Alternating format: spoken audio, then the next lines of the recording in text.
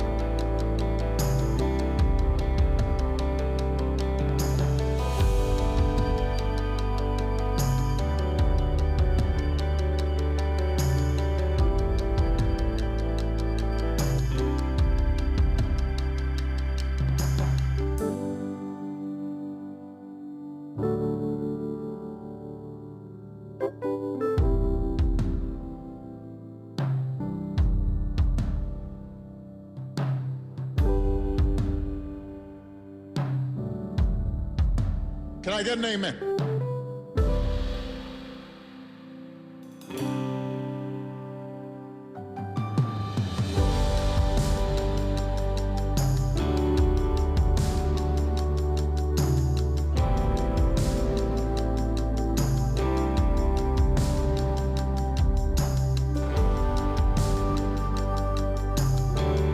Get behind me, Satan.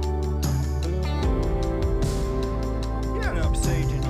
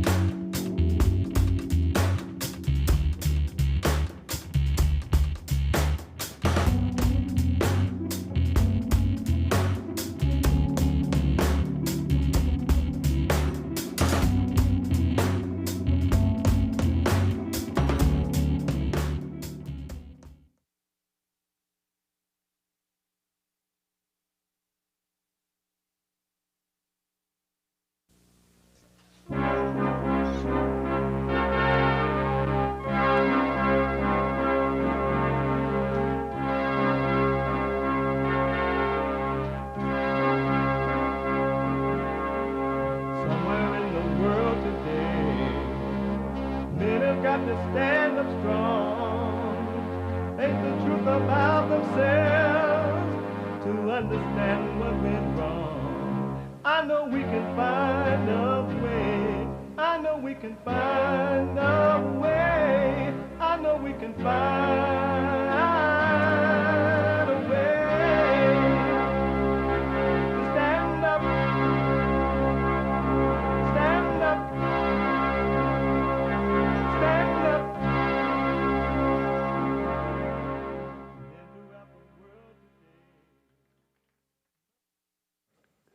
Uniting the races with truth instead of dividing them with lies.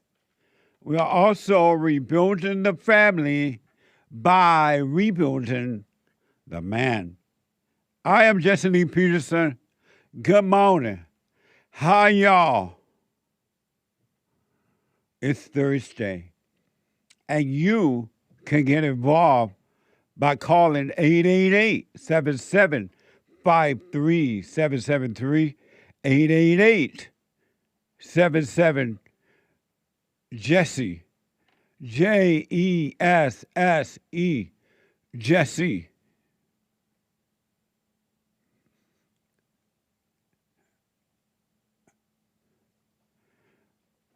My biblical question. And by the way, we have every way that you can watch and support the show listed on JesseLeePeterson.com/show. JesseLeePeterson.com/show. And if you're running around and because we're on different time zones in the whole wide world, and if you're running around and you just don't have time to listen to the show and you wish, wow, I wish I could listen as it is happening, but I got to go shopping. I got to do this. You can listen on your phone by calling the listen line on TalkStream Live at 605-615-4131, 605-615-4131. And to donate and have your comments read out loud, go to Buy Me a Coffee. BuyMeACoffee.com/JLP Talk. BuyMeACoffee.com/JLP Talk or Bun JLP Cash App. Bun JLP Cash App.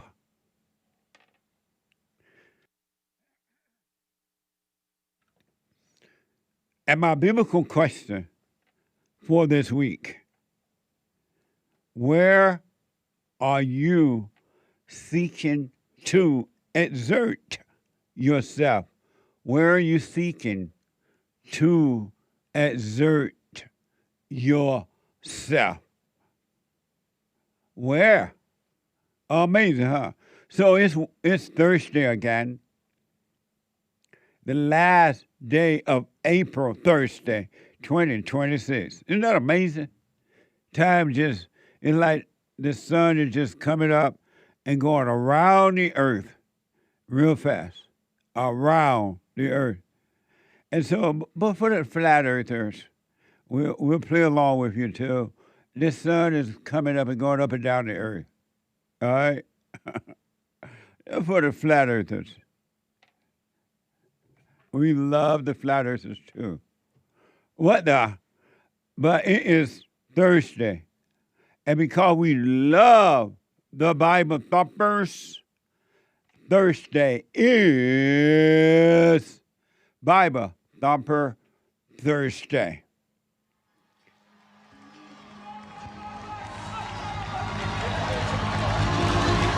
All right, brother. Are you ready? He's drunk as a badger. Go ahead. Let that Holy Ghost language come up out of you. Go ahead. Go ahead. Amazing.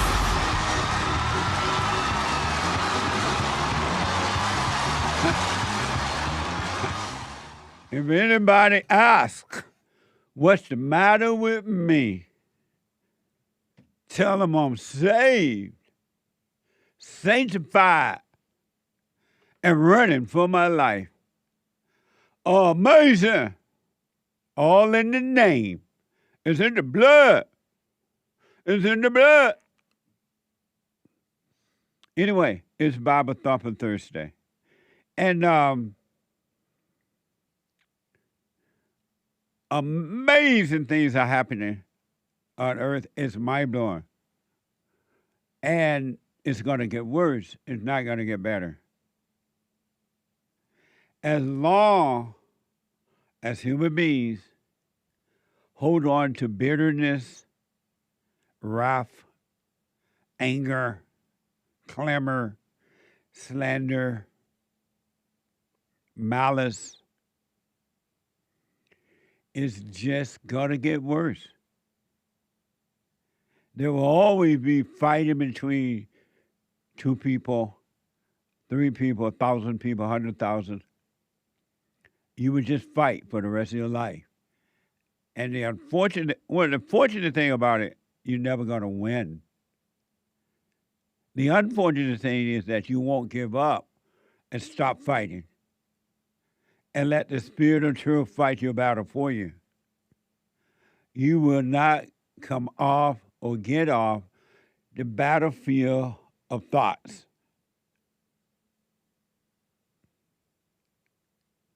You're not going to leave. You are so identified with them, with evil. And to give up that is like giving up your whole life. Who will I be if I don't have rage, you say? Who will I be if I'm not fury, filled with it, or wrath? Who will I be if I have just had love? If I had peace? That's not me, you say. Who will I be if I don't have pain and fear and worry and jealousy and envy? Who will I be if I don't become somebody? Isn't that amazing? You're calling evil good and good evil. And the other thing is so interesting to me, mind-blowing, Amerifro-blowing, because I have an Amerifro, not an Afro. I have an Amerifro. No Afro here, Amerifro. Amazing, huh? You say, who will I be if I'm not irritated? All human beings are irritated. And you say, well, that's normal. How sad is that? That's amazing. You know, another very, very, very, just so very interesting to me. But not without understanding. I do understand. But it's just so amazing to me.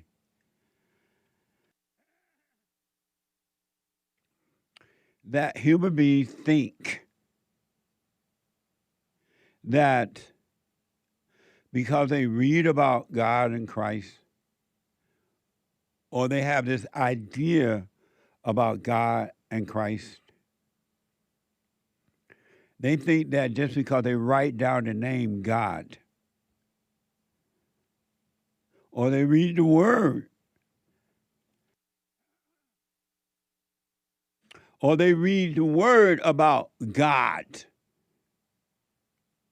they read the Bible, they go to Bible class Monday, Wednesday, Friday, sometimes Saturday and Sunday, and they hear about God. And they read the word about God again, they discuss it. And they have these ideas about God. They even went down to the front of the church and accepted Jesus as their Lord and Savior. They even were baptized in the name. They think that they know God. They think that that's what it means to know God. And they never find him. And they'll go around and they can talk about him until the cows come home. And they can quote the scriptures and they can quote the preachers and whomever, or whatever church or religion, whether it's Allah, Abba religion, Jewish religion, Christian, whatever religion. They quote those words like natty, going, no. And they have convinced themselves they know God. One thing I promise you, and without a doubt, as long as you think about God or Christ, as long as you think you know him, you've accepted him, you have ideas, and you can talk about him, and you can hold up holy hands and worship him. We have come into this place to lift up holy hands and worship him. You will never, ever, ever, never, never, never know God. Knowing about God, reading about God, talking about God is not knowing God. As a matter of fact, they separate you so far away from him like as the east is from the west, the north is from the south. You're never going to know him until you give up thinking about him. All ideas, all thinking about God and his son Christ and even the Holy Spirit. What you don't know, and it's up to you. You don't have to stop just because I'm telling you. What you don't know, when you are thinking about God or thinking about salvation or thinking about Christ and whatever, is separating you and thoroughly keeping you away from God and his son. And it will make you think, just because you can quote scriptures and you can think about him, that you know him. And yet, you don't even have sense enough to realize, well, I read the Bible about God, I quote, I go to the study classes, I do all that. But yet, I'm still bitter. I still get irritated.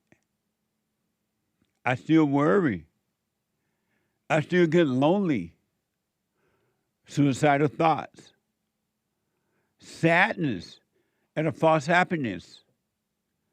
I still look to the world and do as the world do.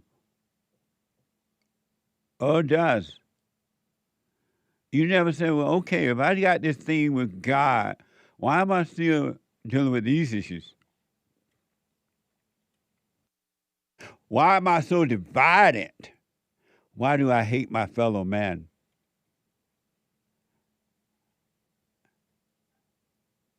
Because according to Ephesians 4:31-32, it's Bible Thumper thirsty up in here. According to Ephesians, if you and God were one, Ephesians said, let all bitterness and wrath and anger and clamor and slander be put away from you. That ain't put away from you. You can't wait to get up in the morning and even have those attitudes toward yourself. Not only to speak about it toward others, you even have it toward yourself. I'm so angry, you say. I hate myself, you say. I want to be like John Doe, you say. Isn't that amazing? Oh, but you know God. You go right into the Bible class. Ephesians said to let all bitterness and wrath and anger and clamor and slander be put away from you. But you tell yourself, because you've been lied to, well, Jesus was mad. Jesus was angry. Why can't I be angry? Jesus had anger. He tossed, threw over the tables, something dumb like that. Can you get any dumber? You let somebody tell you that Jesus was angry so you could be angry too. And you believe in your mind that Jesus was angry. You think he had the human anger that you have. Oh, he flipped over the tables. Like, what the? Like you cannot flip over a table unless you're mad. You're comparing Jesus to Satan, and you're calling him Jesus. Because you and the devil are one. What a mess! Ephesians said. So if Ephesians tell you to put away all anger and bitterness and wrath, why do you say, well, no, I can't get rid of my anger. I'm not letting that go. Is you crazy? You say. Ephesians 4:31-32. Let all bitterness and wrath and anger and clamor and slander be put away from you. Put it away. But no, you hate your husband. You hate your boyfriend. You hate your wife. You hate your girlfriend. You hate your daddy, your mama, your friends. You hate the president. You hate the president's wife, the vice president. You hate everybody. You hate the Republican. You hate the Democrats. You hate this and you hate that. You're not putting it away. Put it all away along with all malice. And listen to this. This is so amazing. I'm getting goosebumps.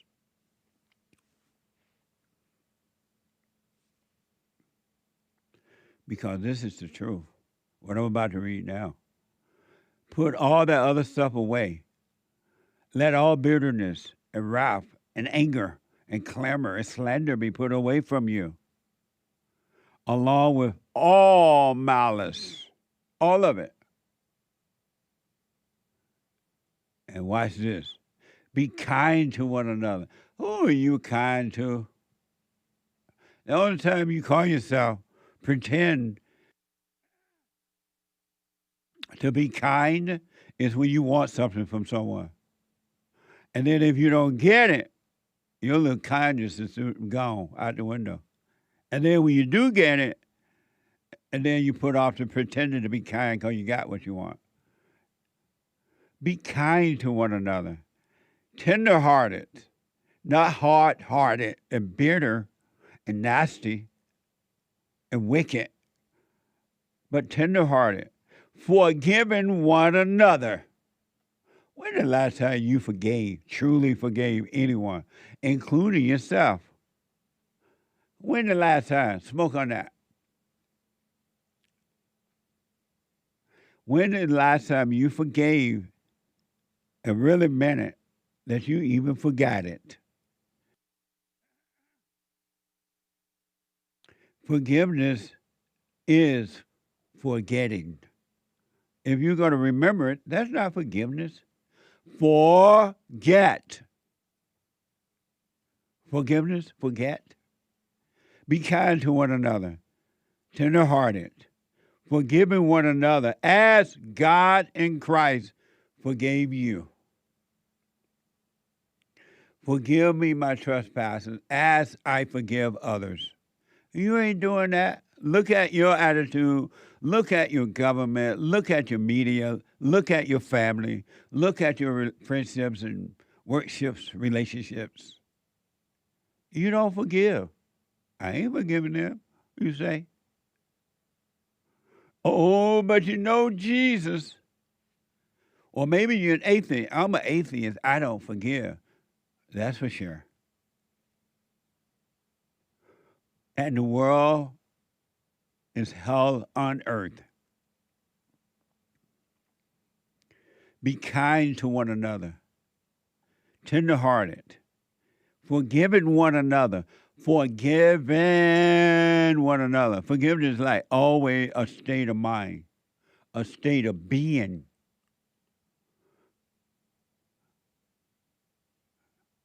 Forgive as the Father has forgiven you for your stupidness, for your sins, for your judgment, for everything. but you won't even forgive. How will you be forgiven if you don't forgive? Where will your freedom come from? Where will it come from? There is a way to live. Two ways. You can live in the darkness as you already are, or you can live in the light. And what you don't know about the light,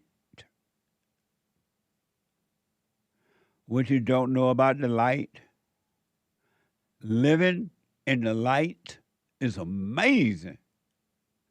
It really, really is powerful. It's loving. It's insight. It's common sense. It's forever and ever and ever and ever. Amen. It's forever. Amen. Walk in the light and trust the light. And the light is not in your head. It's not in thought. That's the darkness. All thoughts are all lies all the time about anything. You're not going to find God or truth in thoughts. You're not going to find freedom. You're not going to find perfect peace. You're not going to find love in thought. I think about you both night and day. That ain't love. I miss your sweet loving that made me feel this way. That's not love. That's hate. I want to give you one quick example of pure evil hate. And I'm showing you this example, but don't think it doesn't apply to you. It does. Anyone who has not forgiven, it applies to you. This is just an outward example of what's happening inside of somebody else, but it's in you. You judge all the time. It's the same thing. You judge your enemy. It's the same thing. You think negative of yourself and others. It's the same thing. What I'm about to show you. You're just not in the public acting it out, but in your own mind, in your own private moments, you're acting it out. When you think negatively of others, you're acting it out. You're doing exactly what this person is doing. And you'll say, oh, God, I can't believe they're that evil. I would never do that. And then you lie. The fact you say you would never do it is a lie. You're doing it as you say you'll never do it. Because every time you say what you never will do is what you'll do. And so you're lying. Oh, I'll never steal money, you say. And then you steal. I will never kill. And then you kill. You may not kill physically, but you're killing in the mind. When you think negatively, you judge others, you're killing. You are murder. When you're angry, you're killing. You're murder. And you think just because you didn't carry it out in a physical way, the sin is in the mind. It's not the act itself. All sin is in the mind. When you're thinking it, you're sinning. But you think when you do it, it's the sin. And that's not the sin. The sin is thinking it. All thoughts are all lies all the time about anything. Here's a perfect example of an evil inside of another person, and they are demonstrating it to the world. But don't say, oh, God, this person is off, and they are. But you're no different if you have anger. One little bit of anger, you're no different. This is from masslive.com. Democratic strategist James Carville made 3 comments on his podcast. Not 3, but these comments, my bad. These comments on his podcast in April of 2026. I want you to hear them and watch your own thought and your reaction to it. You're reacting to it because you're the same way. You're just not on James Carville doing a podcast saying it out loud, but it's in your mind. Watch this from X. Here's James Carville from X. I want to be clear on this. I do not want that man to die. I want to watch him suffer. And I can't watch a dead person suffer. So I want him to be fully cognizant come November. So when people tell him. Isn't that amazing? One more time. I want to be clear on this. I do not want that man to die. I want to watch him suffer. And I can't watch a dead person suffer. So I want him to be fully cognizant come November. So when people tell him. And according to the report, he is referring to Donald Trump. Isn't that amazing? You hate your fellow man. How can you say you love God, who you've never seen, and you hate your fellow man? You hate your own father. You hate your own mother. But you say you love God. You hate yourself. This is hell on earth inside of human beings.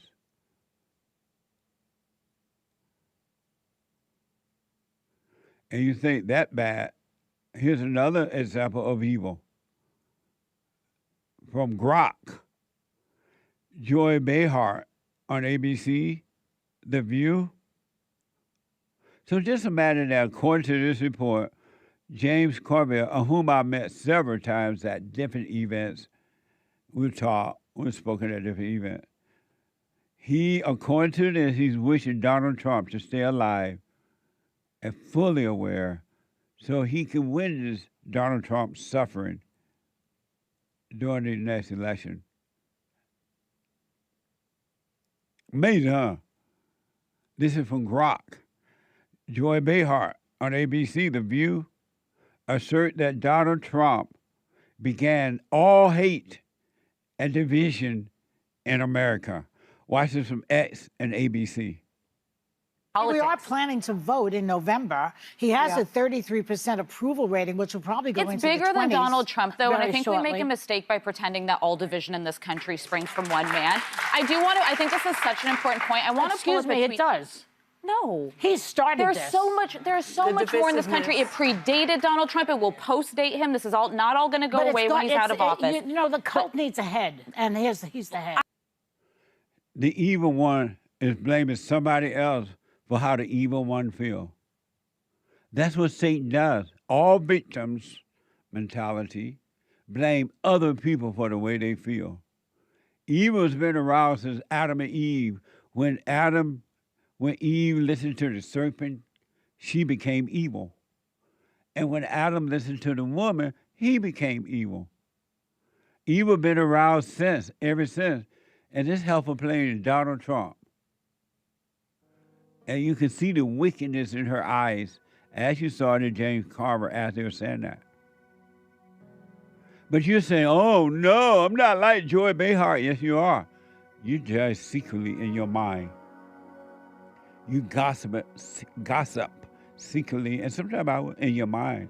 You're just like Joy Behar and James Carville. You're just not saying it out loud, but you're thinking it.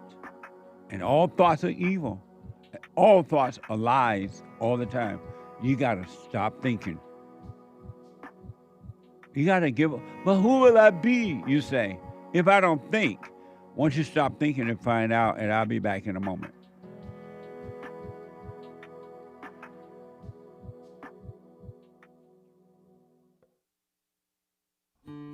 We have a counseling service, and I have to admit, thanks to God, it is the best counseling service on this side of heaven.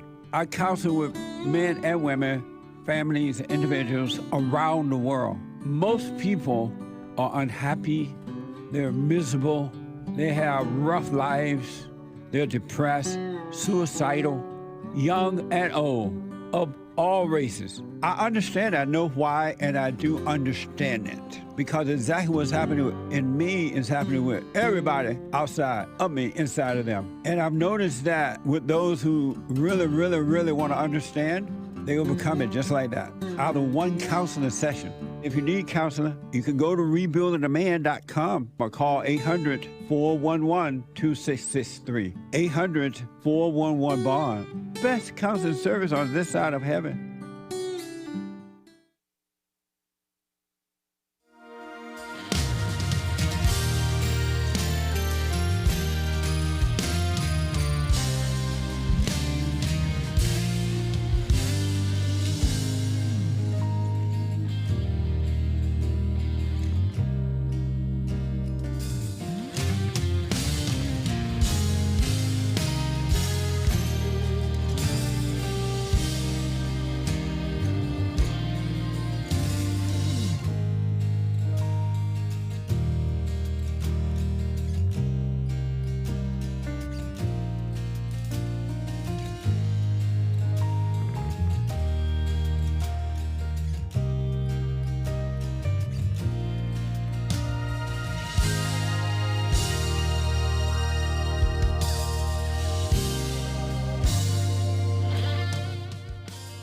Grandpa,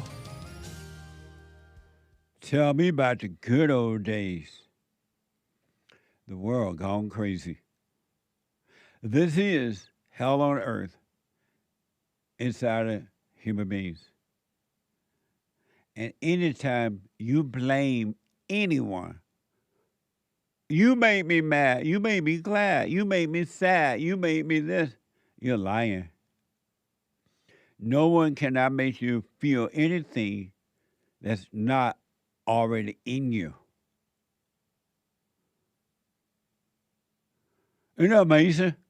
Announcements.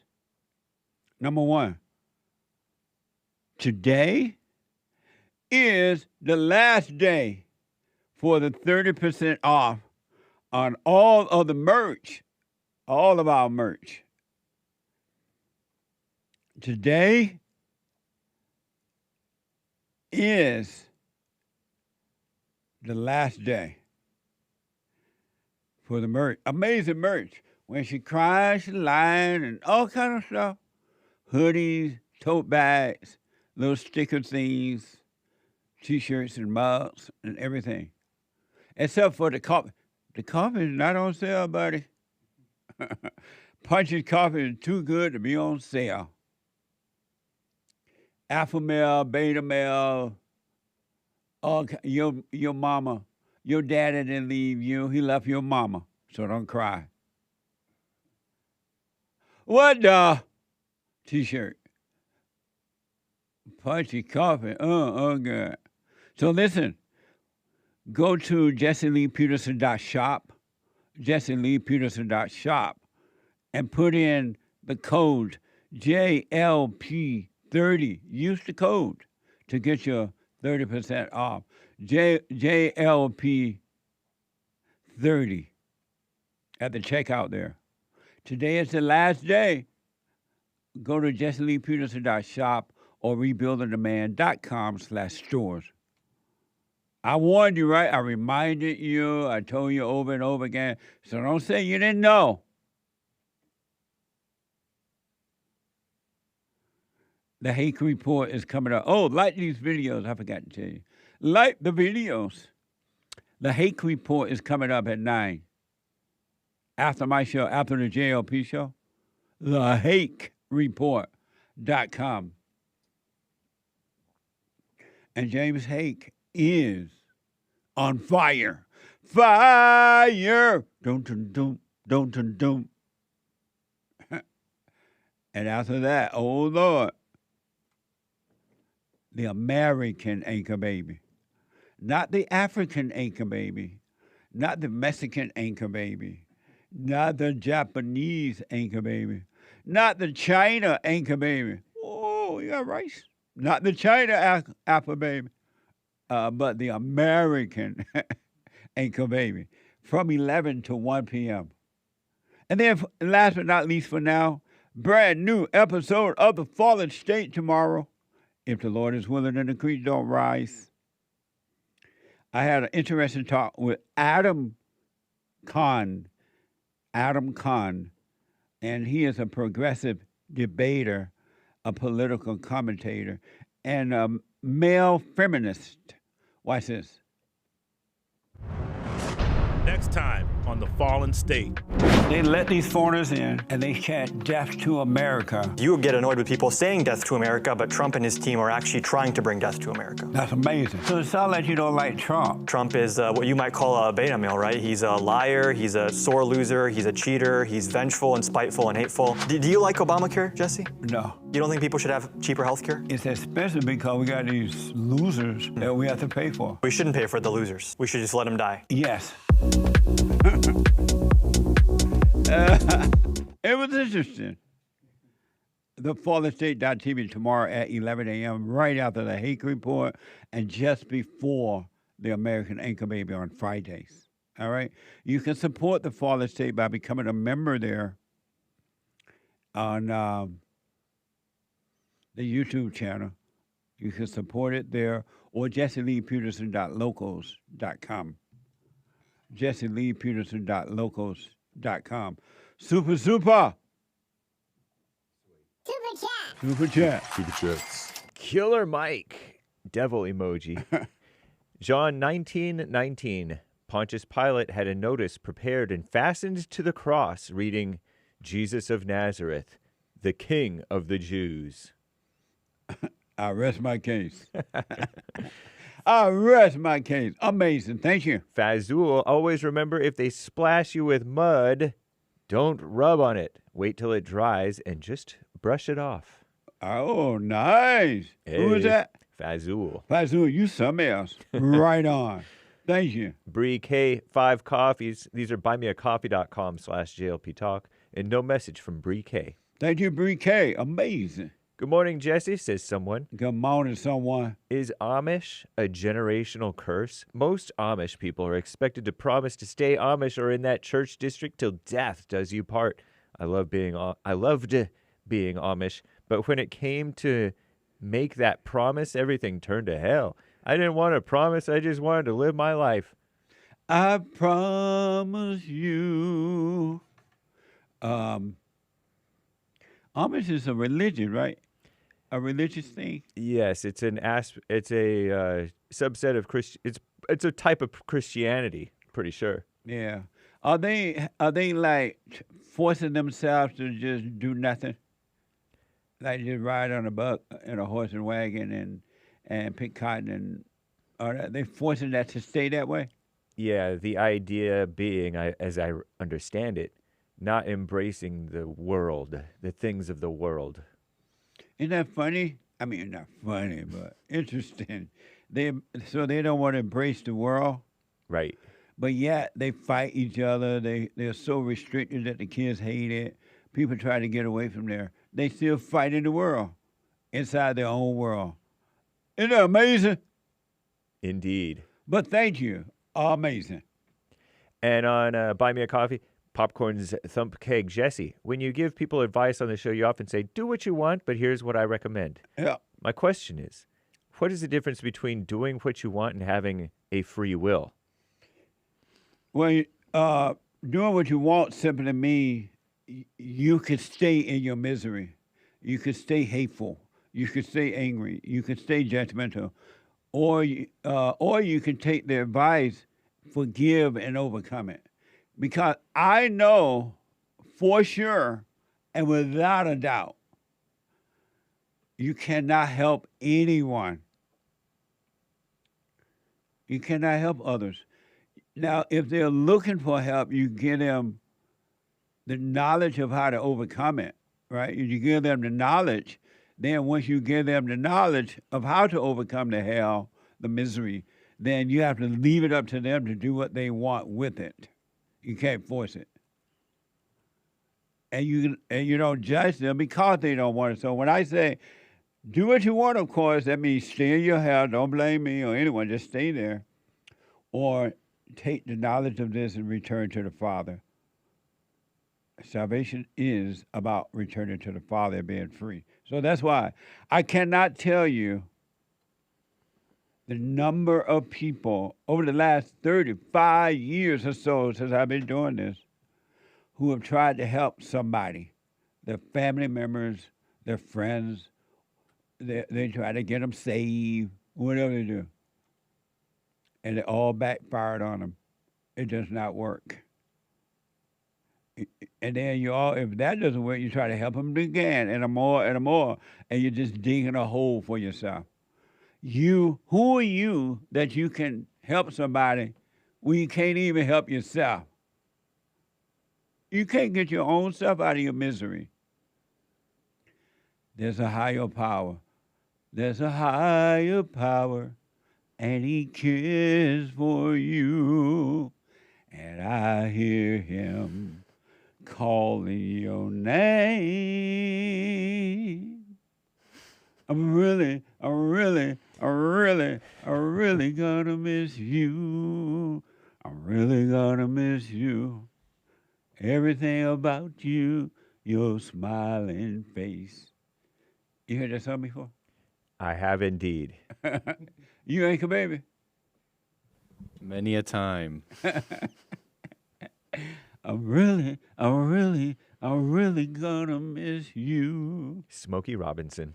I rest my case. Thank you. Thank you, Popcorn. He also, and as far as the free will, you don't have a free will. He said, how can someone do what they want, as you say, if they don't have a free will? Well, what I mean by do what you want, stay in your hell, or you can ask for help and come out of your hell.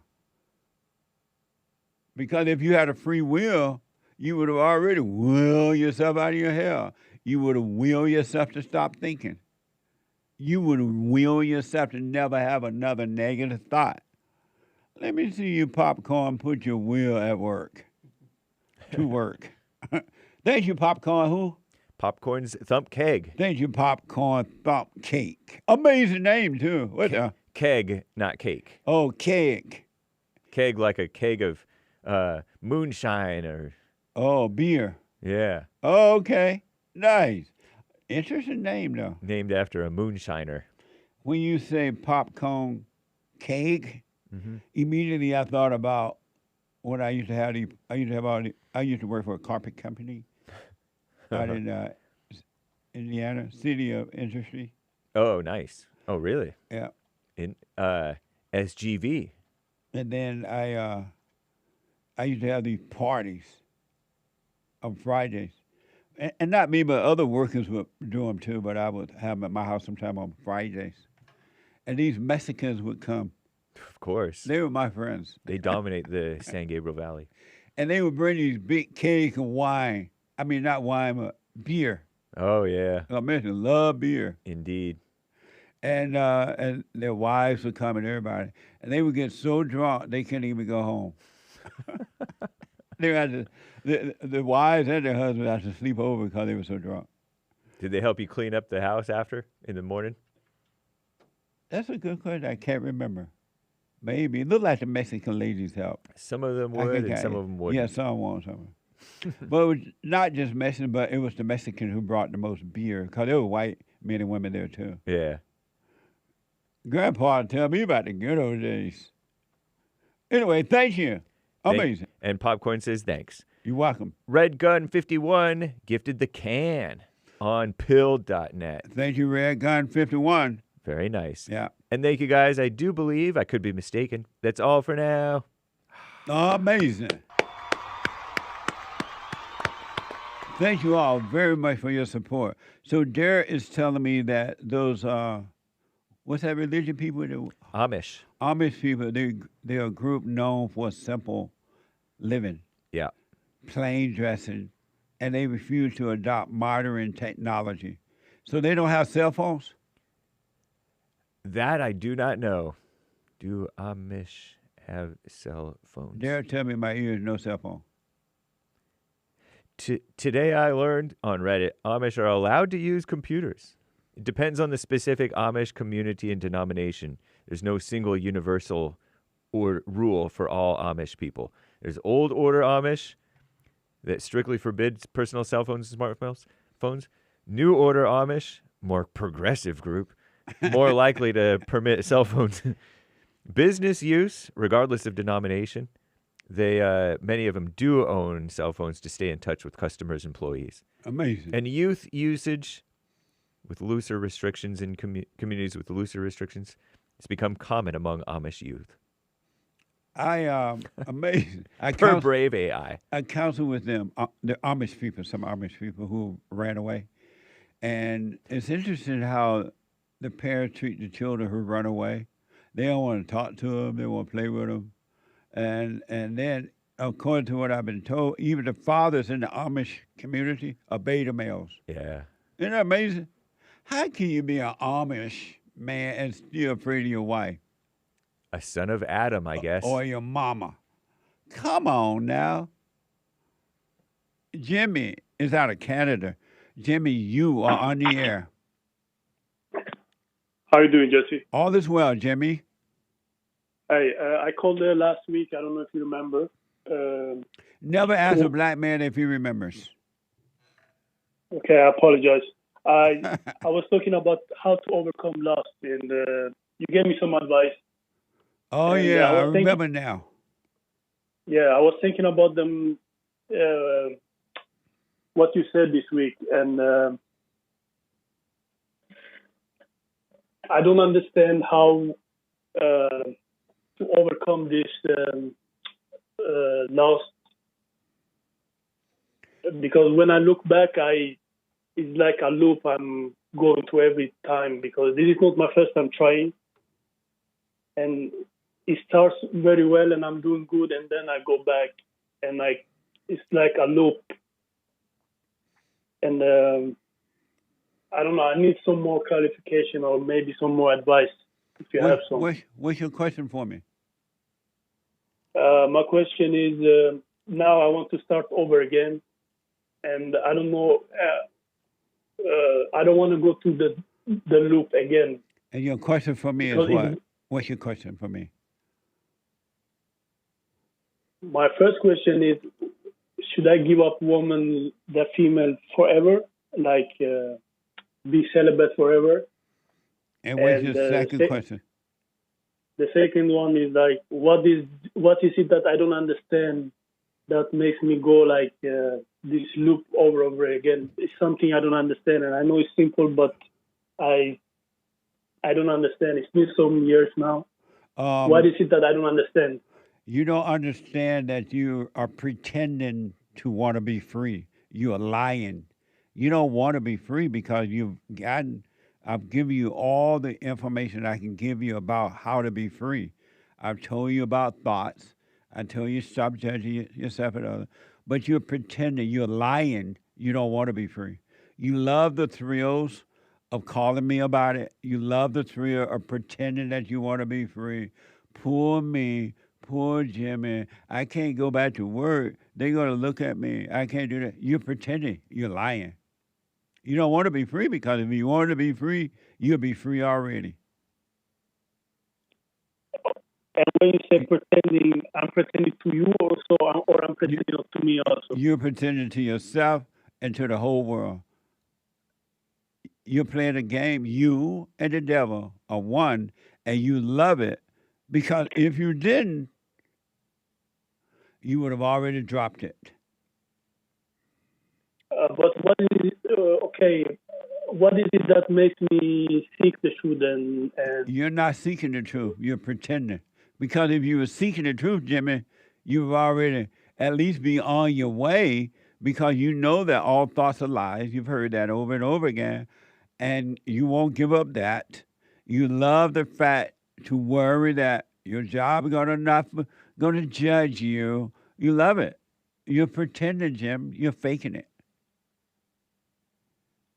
I understand, but you say all this is consciously or unconsciously? Am I doing this on purpose? Yes. But I don't know this? Yes, you do know. You play the game. Really? Yeah. It's more exciting to you to be pretending you want to be free than it is to be free. Because if you wanted to be free, Jimmy, you'll be free. You'll be at least close to it, gone through a lot of the hell, but you're not taking any of the advice and putting it to work. You're faking it. And what can I do about this? Stay in your But this is misery. what Stay in your misery until you're ready to come out. That's the only thing. You have no other choice. But this is what I asked you last time. I don't have the pure desire to overcome this. Right. So just stay in your hell until you're tired of suffering. And if you get serious about overcoming, you will. But in the meantime, Jimmy, stay in your misery and stop pretending. Okay. So should I? Okay. I need to think about this. But thank you. Yeah. You're welcome, buddy. Bye. Bye. 888-7753-773. Let me go to David out of Arizona. David, you are on the air. Hey, Jersey, can you hear me correctly? Yeah. Hey, I how's it can. going? Yes, So- I can, David. Yeah, okay. Happy Bible Thumper Thursday. I have a question regarding Philippians 3:13. Okay. It says to forget. Well, Paul says forget what's behind and seek what's ahead. I see like life passing by so fast. I see my parents getting older, and I feel like after all these years, I'm in my 30s now, so like nostalgia is starting to hit me more. Thinking about the old memories, and I sometimes have nightmares of like my parents passing, and I know that's going to happen. It's not if, it's when. How do I deal with like forgetting the past and moving forward? By not thinking about it. There is no, where is the past? Yeah. Where is it? Like, I mean, I would say in my nightmares sometimes. Where is the past? In my thoughts, right? So how can you be thinking of something that doesn't exist? Sometimes I just go unconscious.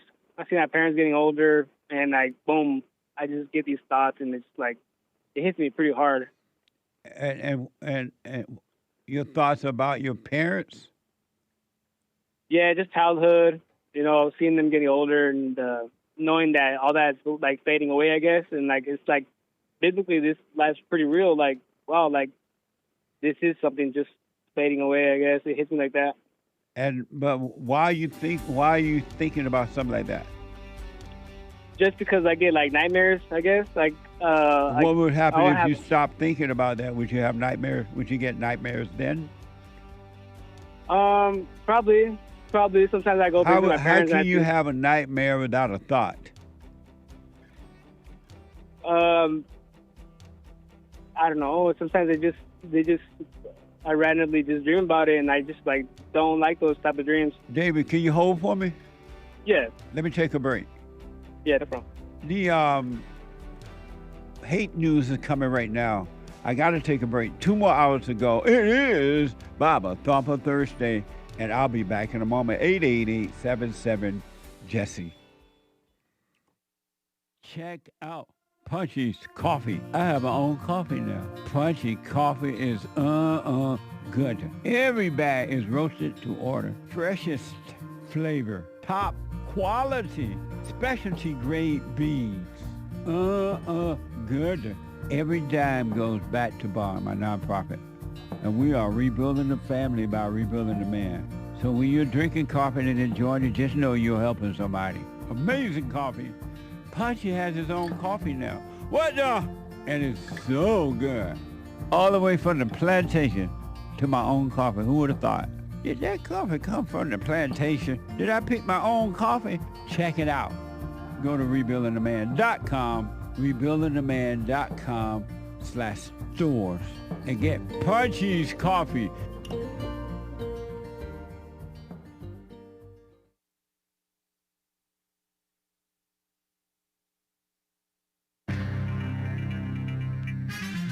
A hailstorm killed an emu. A 21-year-old emu at a Missouri zoo this hailstorm canceled flights, damaged hundreds of vehicles.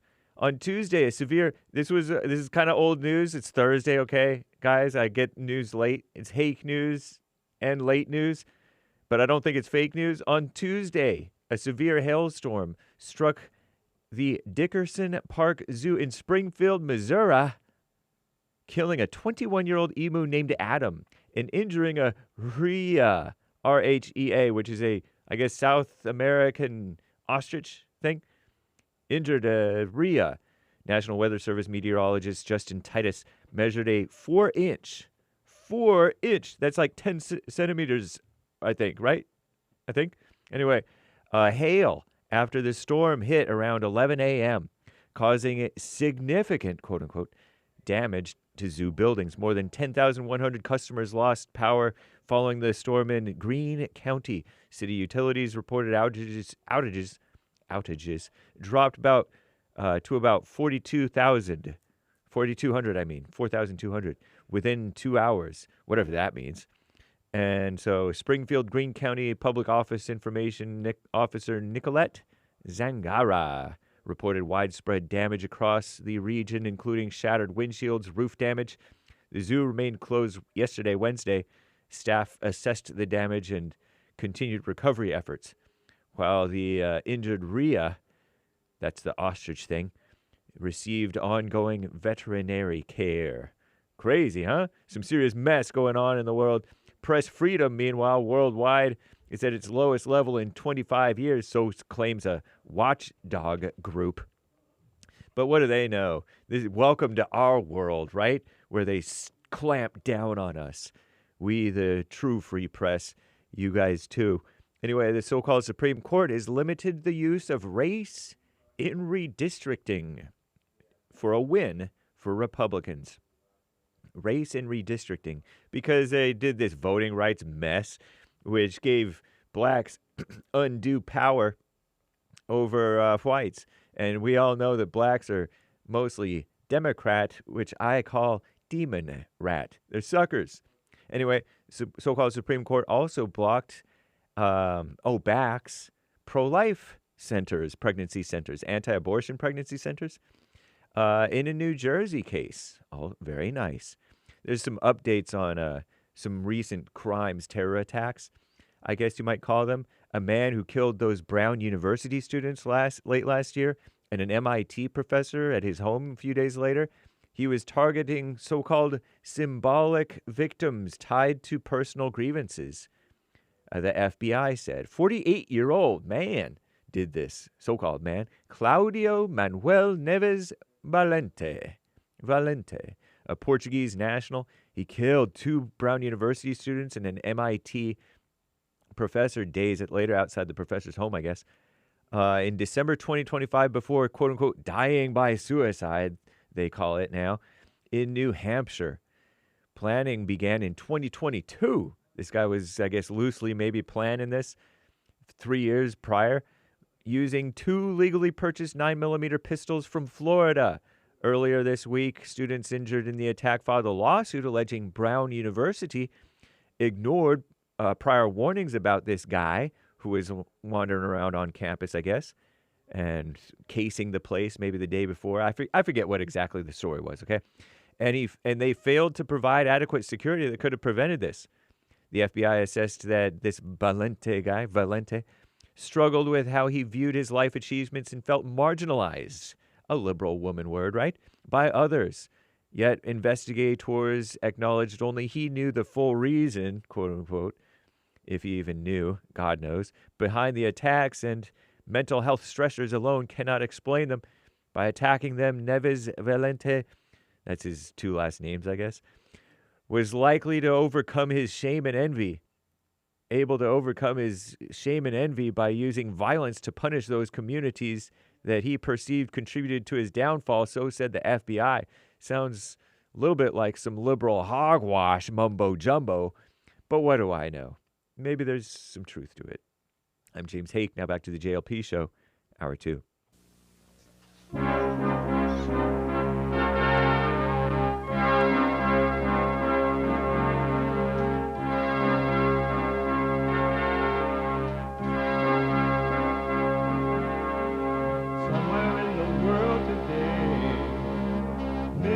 to stand up strong, face the truth about themselves, to understand what went wrong. I know we can find a way. I know we can find a way. I know we can find a way to stand up, stand up, stand up.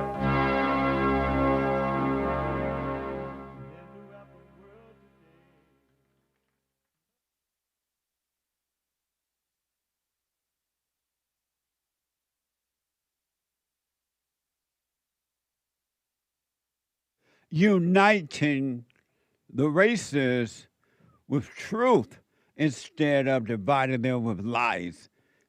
We're also rebuilding the family by rebuilding the man. I am Jasmine Peterson. Good morning. Hi, y'all. It is Thursday, and you can get involved by calling 888-77-53773, 888-77-JESSE. And my biblical question, that's 888-77-JESSE, no I. And my biblical question, where are you seeking to exert yourself? Where are you seeking to exert yourself? Amazing, huh? We have every way that you can watch and support the show listed on JesseLeePeterson.com/show, JesseLeePeterson.com/show. And if you're running around, you just got to go and do whatever it is you got to do. You can podcast, but you can still listen on your phone as it's happening. It's been made possible by calling the listen line on TalkStream Live at 605-615-4131, 605-615-4131.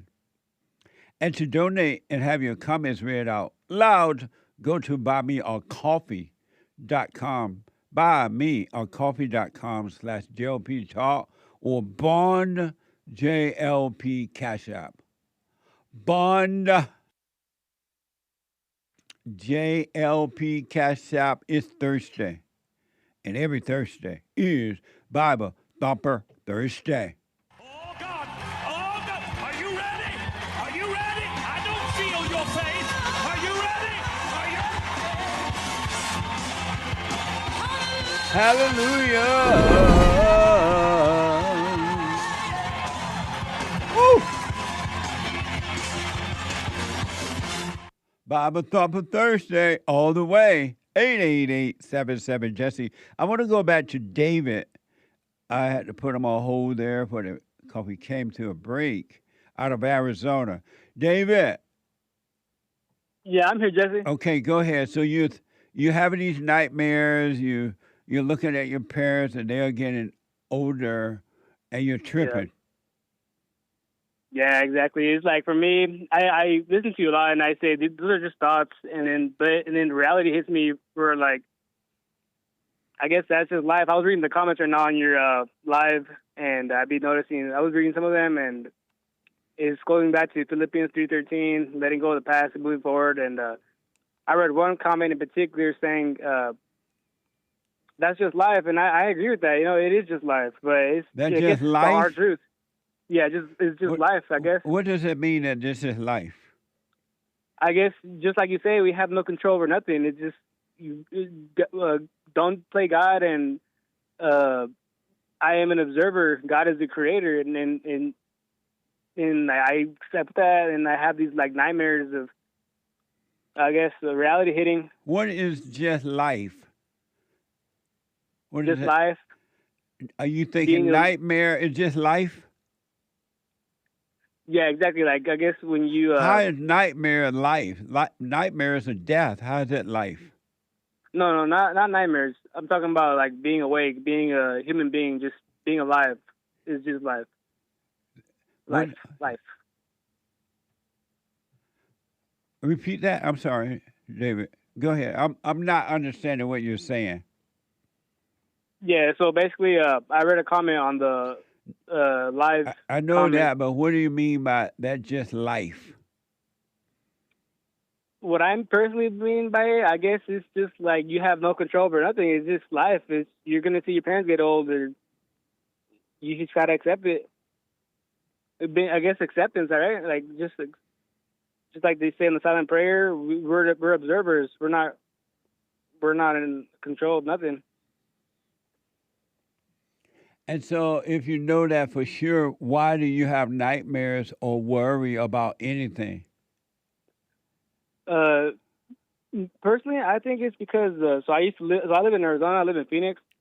I was living in North Phoenix, and I had just moved in West Phoenix, so I do see my parents more often on the weekends and stuff like that. And I guess it's just starting to hit me where like seeing them get older, and then I get these repressed memories, and they're good memories though. They're not like bad memories.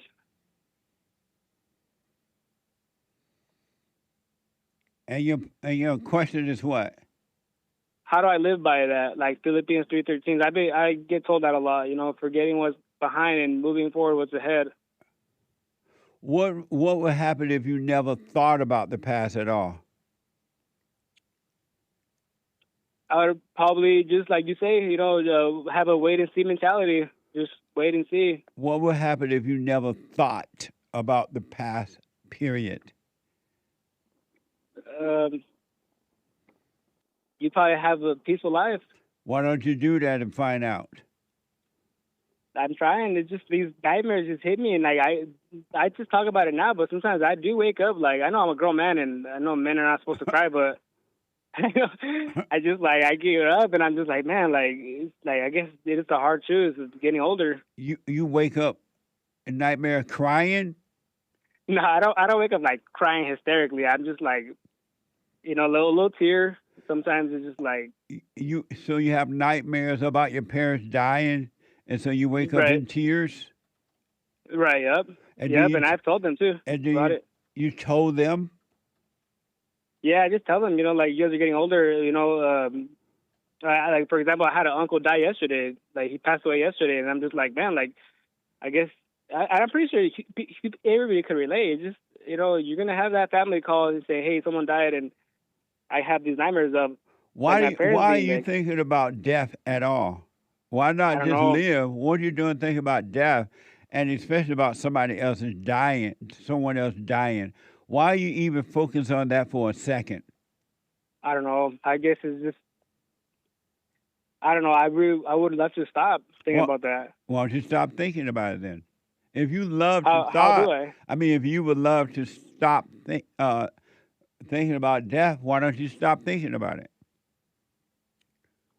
I don't know. I mean, I believe too. Maybe not your teachings, because your teachings are pretty good. Like forgetting about that, but I guess like growing up Catholic is also like you just think eternal life, death. When did they ever talk about life? That's when it hit me, I guess. How old are you?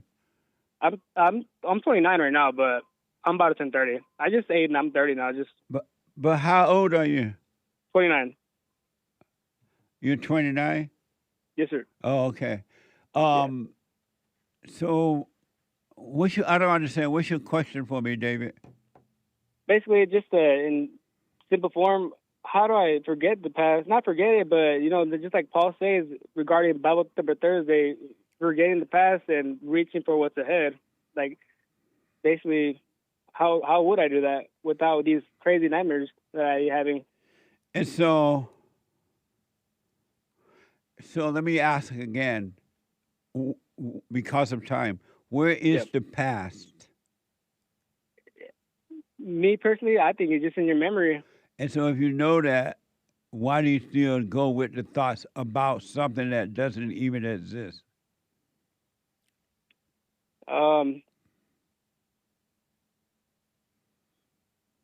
Just like being stuck in the past memories, and I pray about it and do silent prayer. How can you be stuck in something that doesn't exist? Probably by choice. How can you be stuck in a past that doesn't even exist? You can't, right? You can't. Right. It doesn't exist. It's just a thought, David. Why don't you let go of the thought? Because when you enter the thought, you and the devil are one. Yeah, I agree with that. So if you agree with it, why don't you let the thought go? I guess I'll start doing that. Pretty hard, but I'll definitely start. What's hard about not thinking? Reality? What's reality? Life and death? That's not reality. What is it then? An illusion. So reality is an illusion. Yeah. The one you're having, real reality is real. But the one you're having about life and death and all that crap, that's an illusion because there's no such thing as death. That's an illusion. Death does not exist. So when I have, just because of time, like you say, when my uncle passed yesterday, like, where is he now? Like, what does death mean? Like, what is it? I'm sorry? Like, with my uncle passing away yesterday and he died, what does that mean then? Like, what does death mean then if death is an illusion? His body's just not here. Yeah. So just to keep it short, so where would you say his spirit goes? I don't know, and I don't care, and you shouldn't either. Yes, sir. Why are you spending your time on that kind of stuff? Just because I'm getting older. You know, my parents are a lot older. Obviously, like they had me when they're older, and I'm just a quick question for yourself. You know, did you go through that when your parents were getting older? You know, it's something that maybe some wisdom you may have for that. Your dad and mom. I saw them getting older when I paid attention, but I'm like, what the? And Yeah. but they're getting old had nothing to do with me. That's right. That's right. So it's not about, you said you were scared of something, right? You're afraid? Yes, sir. Oh, very. So it's just about like, about you and not about them. I will confess that. I agree. And what are you afraid of? They're dying, not you. What are you afraid of? I guess, like, it could come back to, like, I just hope they have a good life and Why? meaningful life. Why? Because I saw them suffer, I guess, when they're raising me. And what that had to do with you? Probably nothing. Probably nothing. So why don't you stop it then? Because it's still about you. I saw them suffering. I hope they have a good life. Why is everything about you? Yeah, no, I agree with that. I hear that you was say a that question. Yeah, so why is it about me? Yeah. I guess it's just the ego. You know, it's my ego. You know, You don't care two hoots about your parents. It's all about you and how you feel and what you want. And if this happens, this is going to happen to you. And you don't even know who you are, David. Yes, sir. Who are you? I agree. I think about that question so much. When you ask that in Fallen State, I say I'm just a living being. I'm just alive. That's all I am. Why not just say you don't know? I don't know. Yup. I do not know who I am. No, I said why don't, instead of saying I'm a human being or anything, why can't you admit you don't know who you are? Yeah, no, I admit I don't know. So, David, are you doing the silent prayer every morning and night? Oh yeah, yes sir. I do it every morning, and also too. Go ahead. Yeah, morning and night. Yes, sir. Yeah. So, David. Yes, sir. You're never going to be free until you stop your relationship with evil. Yeah. You still have whenever a situation comes, you run right to the same evil that created that situation. You run right to thoughts, and you can continue. You get in a bad situation. You got in that situation because you were consulting with thoughts, with evil. And once you get in this situation and something happens, now you go right back and you consult with evil, with the devil, and it's just keeping you in the situation. Why don't you stop all communication with the devil, with thoughts? Yeah. Why not? Why don't you just stop it? Yeah, I will. No, I asked, why don't you stop it? why don't I listen to thoughts too much, and why don't I my ego? But I definitely will, just to keep it the question, because like it's a little question's a little tough for me. But yeah, I will. Why don't I stop it? To keep it simple, I will. It's something I will try. So do Mexicans worship death because they're Catholic? Yeah, death is just everywhere. It's just like it's go-to question. Yeah, death is something that the community, Mexican culture, is all about. Why? I mean, is it because of the Catholic religion? Yeah, I would say so. Yeah. And so they teach you all a lot about death. Yeah, like eternal life, life's temporary, Ash Wednesday, or dust, where this life's nothing to be permanent. What is Ash Wednesday? Ash Wednesday is a basically Lent. When they put a little dust on their head, it looks silly. Yeah, that was me, and I called you about that too during Wednesday or during Ash Wednesday, meeting like what was it all about, and I'm not sure you remember that call. But you can let go of the idea of death and stop being obsessed with death, because there is no such thing as death. Yeah, I agree with that. There's only like that. Eternal life. Yeah. The only reality is eternal life. Everything else is an illusion. Yeah, thanks, Jesse. I agree with that.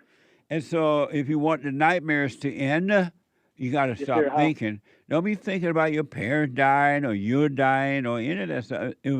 Those are just thoughts, and they are evil, and you be aware of those thoughts when they come and tempt you like that. Do nothing about them. Don't call them you. Just be aware of it, and the light that is causing you to be aware of the thought will take them away from you, because that is the nature, the voice of evil. Yeah, I agree with that. And so don't be telling your parents you're thinking about them dying and you wake up in sweat. Yeah.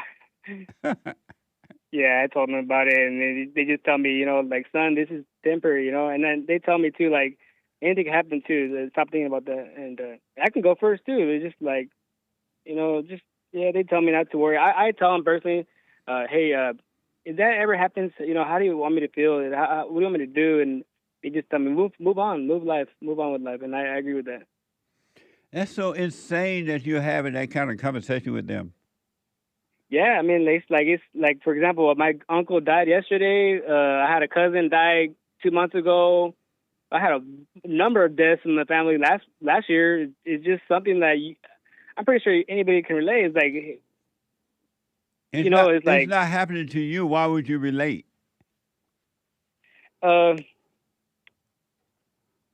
Just ego, right? Ego.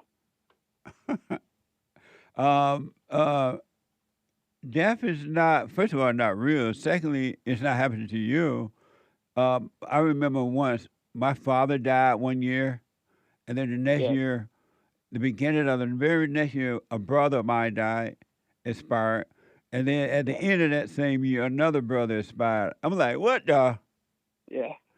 And I just told them, don't y'all die during the winter time, so I don't want to go back to Indiana. I don't want to go back to a funeral in the cold. I hate the cold weather. But David, you're tripping. It's just a thought. Yeah. Watch those thoughts and stop calling them you. Yes, sir. I will. Yeah. Yeah, I'll definitely do that. You're gonna do what? Just stop thinking like that and then stop calling them me. Because David, there is no past. Yeah. Whatever happens in life is happening right now, and then when the now is over, that situation is over. But the deceiver tell you that, oh, remember when it did this, remember when that happened, remember, and you think that it makes you think there's a past. There is no past. Eternal life is right here all the time. In eternal life, there is no past or future. All you will ever have is right now. That's reality. Yes, sir. And so all that little Catholic mess that you've been taught, you need to forget it. It was a setup. I agree. Yeah, you should let that go. Yeah. Yeah, I'll definitely do that. Let me know how it goes. Thank you, Jesse. And have a happy Bible Thumper Thursday again. I call you every Thursday, so Right. I really appreciate it. I feel comfortable talking to you. So thank you so much. You're welcome. You stay with it, stay with it, stay with it, all right? Yes, sir. Thank you. All right. Bye now. 888-77 Jesse. Let me go to first time caller out of New York. Joseph out of New York. Joseph, you're on the air. Hey, Jesse. Hey, Joseph. Hey, Jesse, how you doing? All is well. How you doing, sir? All is well. My first time talking to you, man. Right on. You know, this is a pleasure, sir.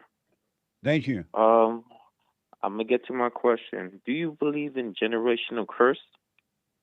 Yes. Because before you understand, before you answer that, sir, I am a recovering alcoholic. My dad was an alcoholic. My uncle was an alcoholic. My grandfather was an alcoholic. My great-grandfather was an alcoholic. None of my sisters or my brothers doesn't have it like me. Well, my little brother too. But it hits me the worst, sir, because I'm the most responsible one. I have my tech degree in radiology. And is that I just can't get it together, sir. And what's your opinion? Yeah, and yes, so sir. when you say you're the most responsible one, what do you mean? Well, I feel like I help my mom. I help my mom a lot when it comes to the bills and everything like that. You know. And why? Because she's not working. Why don't she get a job? She's trying to. No, she's not trying to get one. Okay. If she were trying she's to older, get a job, she's older. She's like 65, 70. Well, I'm not good with dates. Right. Well, she could get Social Security or Medicare and other things. Yeah, but it's very little in New York right now. I'm not in New York no more. I flew over to Las Vegas, Nevada. So. Why are you letting your mother use you like you are her husband? Thank you to Bumbo Clot, dog. Thank you. I'm listening. I'm sorry. I don't mean to curse. I'm sorry. You're not your mother's husband. Why don't you divorce her? Because she's not going to divorce you. She's using you. And that's why she won't get up and do for herself, because she has made you her husband. I heard about that, something called about a son husband. And then she tell you how wonderful you are and how bad the other kids are. They're no good. They don't take care of me. They don't this. She's stroking your ego to use you. She doesn't care about you at all. Why don't you dump her? Yeah, I'm actually on that mission right now, sir. Why don't you dump her right now? You don't. Dumping your mother is not a mission. Dumping your mother is a doing right now. Be done with her. Okay. What would happen if you did that? I feel bad. Why? You know?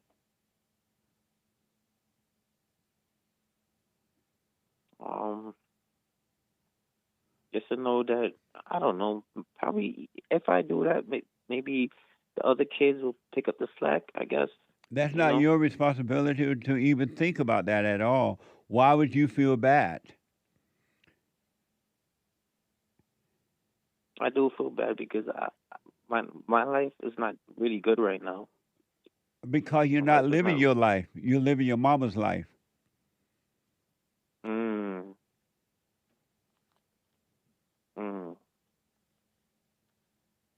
Okay. Why don't you just live your life and drop your mama and stop being all responsible? You're not responsible for anyone but you and your children, little children, if you have children.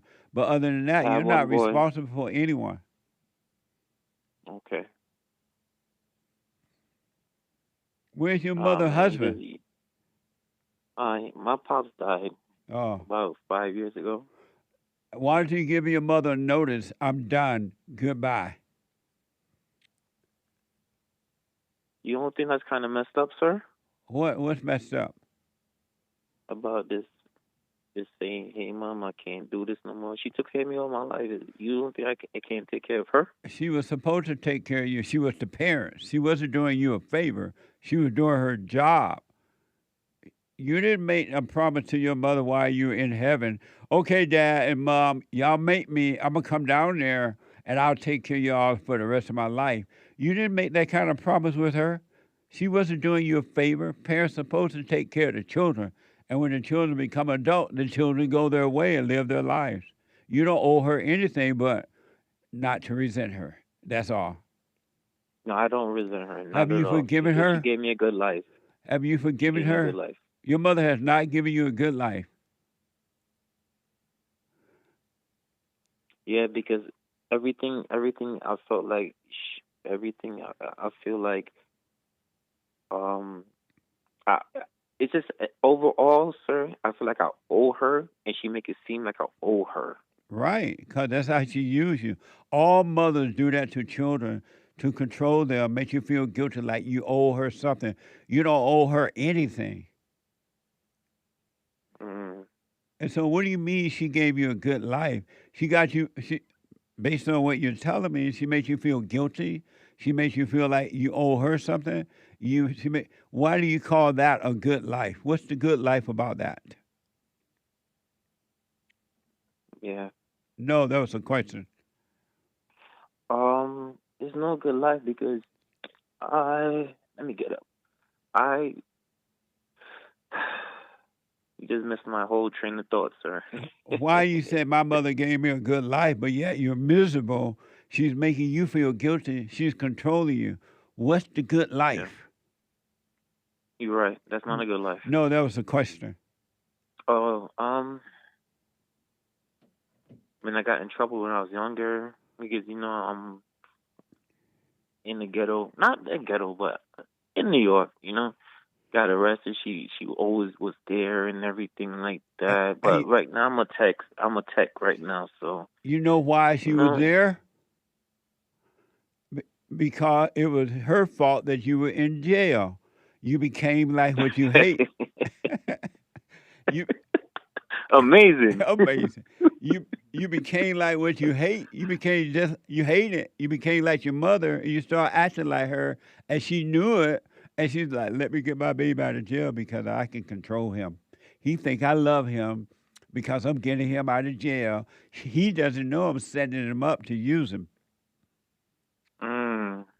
Okay. Oh, man. You just woke me up, man. So, okay, my next question is, sir, what do you think about generational curses when I'm talking about my alcoholism and stuff like that? But you're not an alcoholic. Why do you call yourself an alcoholic? Because I'm bored. I don't have no wife. My son is 18. He's doing better than me. Because I set him in the right path. But how can how can you set him on the right path, but you're not even on the right path? Darkness cannot help darkness. Right. Because I told him, I always told him never be like me. That's sad. Yeah. So why do you call who are you? Who am I? I know I drink a lot. Can I stop? Yes, because when I stop, I don't get the shivers or nothing like that. Hold on for a minute, Joseph. Let me take a quick break. I'll come back to you, all right? Don't hang up. Yes, sir. Hold on. 888-77-JESSE. Back in a moment.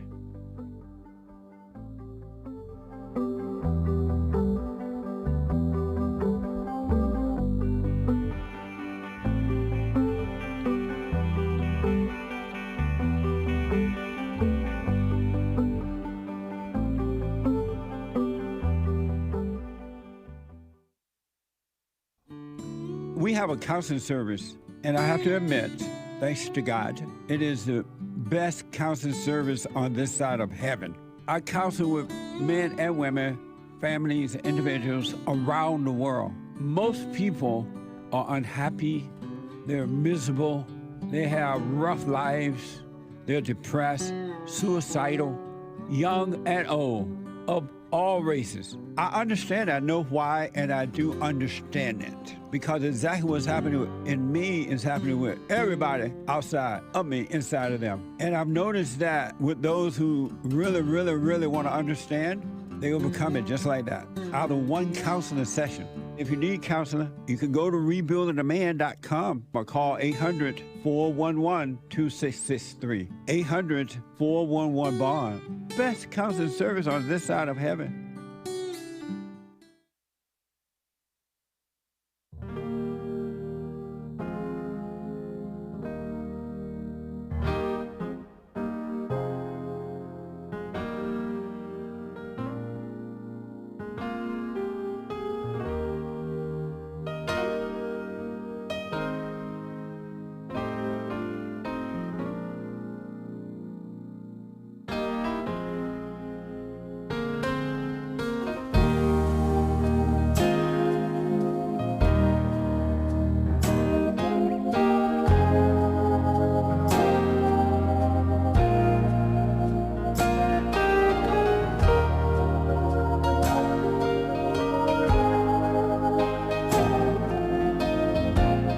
Okay, welcome back. 888-77-JESSE.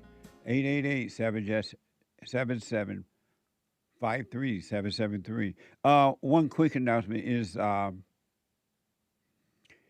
do shout-outs. Whatever the shout-out is, I do it for you. Shout-out, I'll do them for you. Wedding shout-out, congratulations. Birthday shout-outs to whomever you want me to. Encouragement. Whatever the shout out is, I'll do it for you. Shout out, all right? Go to Cameo, CAMEO.com/Jesse Lee Peterson, CAMEO.com/Jesse Lee Peterson. I want to go back to Joseph, a first time call out of New York. So, Joseph. Yes, sir. Because of time, who are you?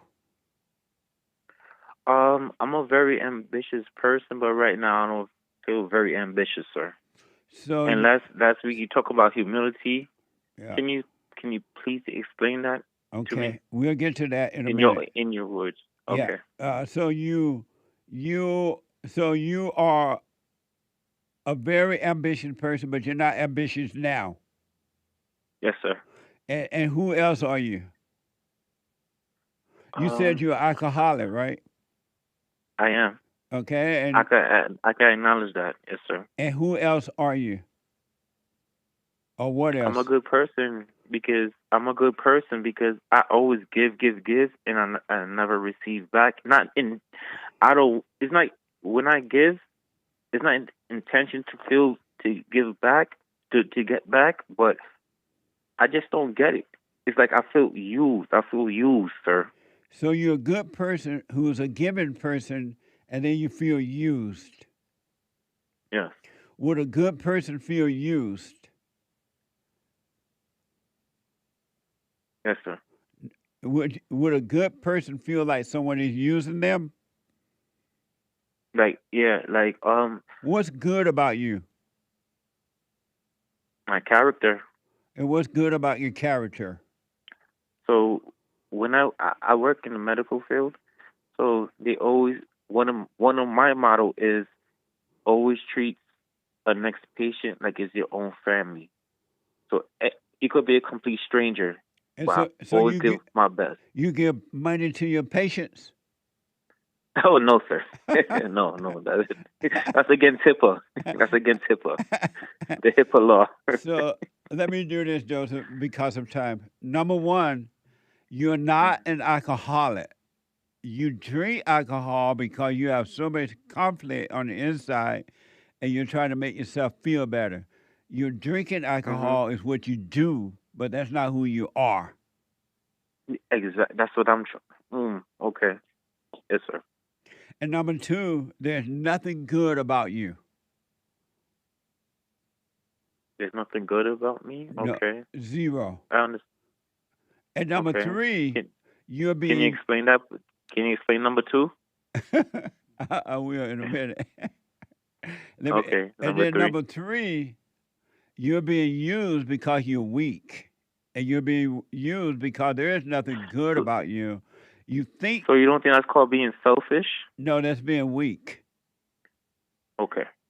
And So then saying no. So saying no is because my mom. Anytime my mom, I'll be like, Mom, or anytime anybody be like, oh man, you're weak ass. You know what I mean? Nothing. Man.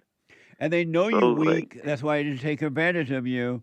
And you think you're good, so you give it to these people all you give, and then they use you, and then you get mad because you know you're being used. Because you know, if you were a good person, you would not be giving your money to your mama or anyone. Okay. So you're being used, and they know it, and they take advantage of you, and they hate you because they can use you.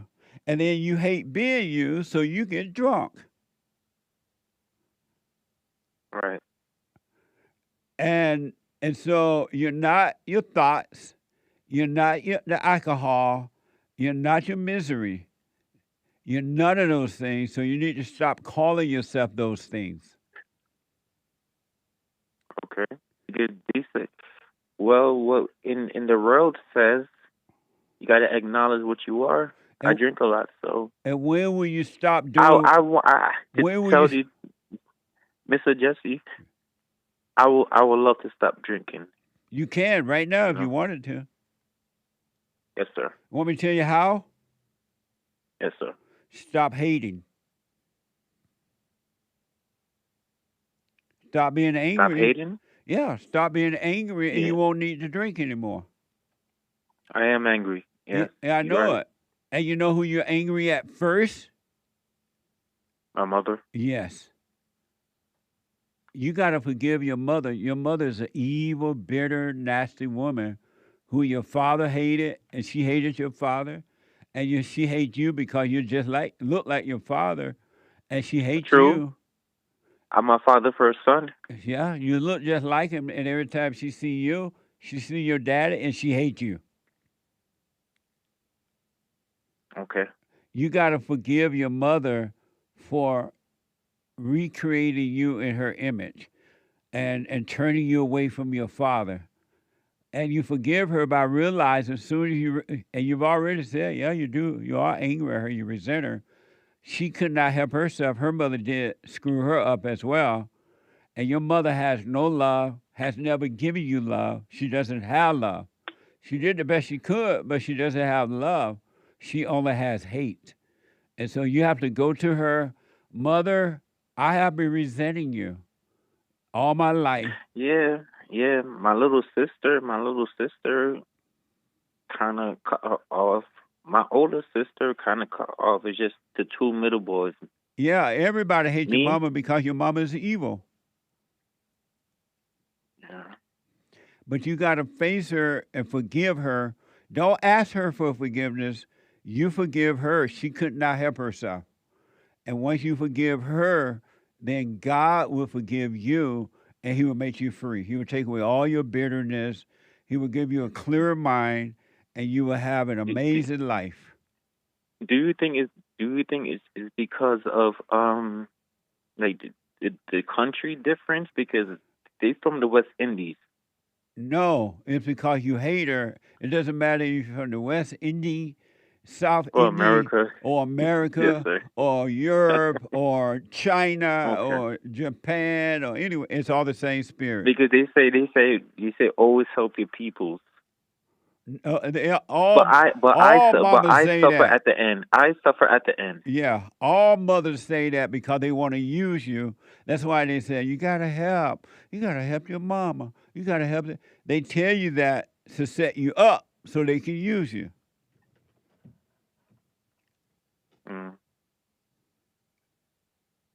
Okay, sir. You got to forgive your mother so you can be free and stop calling yourself an alcoholic or anything. All thoughts are all lies all the time, Joseph, and you got to face your mother. Yes, sir. Will you do that? Yeah, I'm beginning. I started my journey on that. You know, when anybody call me back from the Bronx, I don't pick up. I just make the phone ring. Don't pick up. Started to, Except to forgive your mother. Don't pick up when she called either if you don't want to. You're not obligated to anyone, only to the truth. You got to love what's right with all your heart, soul, and might, along with no one else or anything else, and then love your neighbor by not hating anyone. Don't be angry at anyone. No, sir, I don't hate anyone. No, sir. You hate your mama. That's not part of my character. No. You hate your mama. Resent, despise, maybe a little bit. No, resentment, despise is hatred. Okay. Anger is hatred.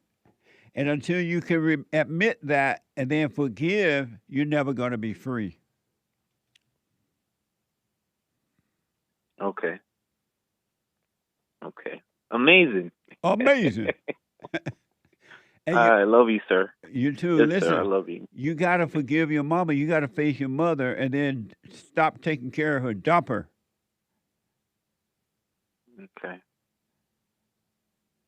Okay.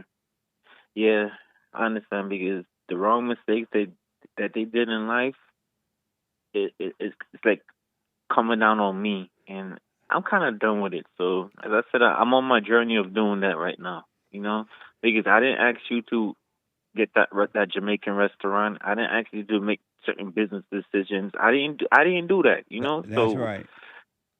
Yes, sir. You had nothing to do with anyone's life but your own. Yes, sir. And forgive your father for not protecting you from your mother. He didn't know how to deal with her because he married his mama. Your mother was just like his mama, so he became the boy. Your mama became his mama, and the battle. That's what the generation curse is that most people won't drop the anger. They won't stop being angry so that their lives can change for the good. And it goes from generation to generation to generation because all mothers, it doesn't matter where you're from, all mothers turn children away from earthly fathers, and in return, they turn the children away from God, the boys and the girls. Mothers are evil until they start to forgive their mothers and overcome. But why would you say mothers are evil? Because they are. Look how evil your mother is. Yeah, my little sister backed down.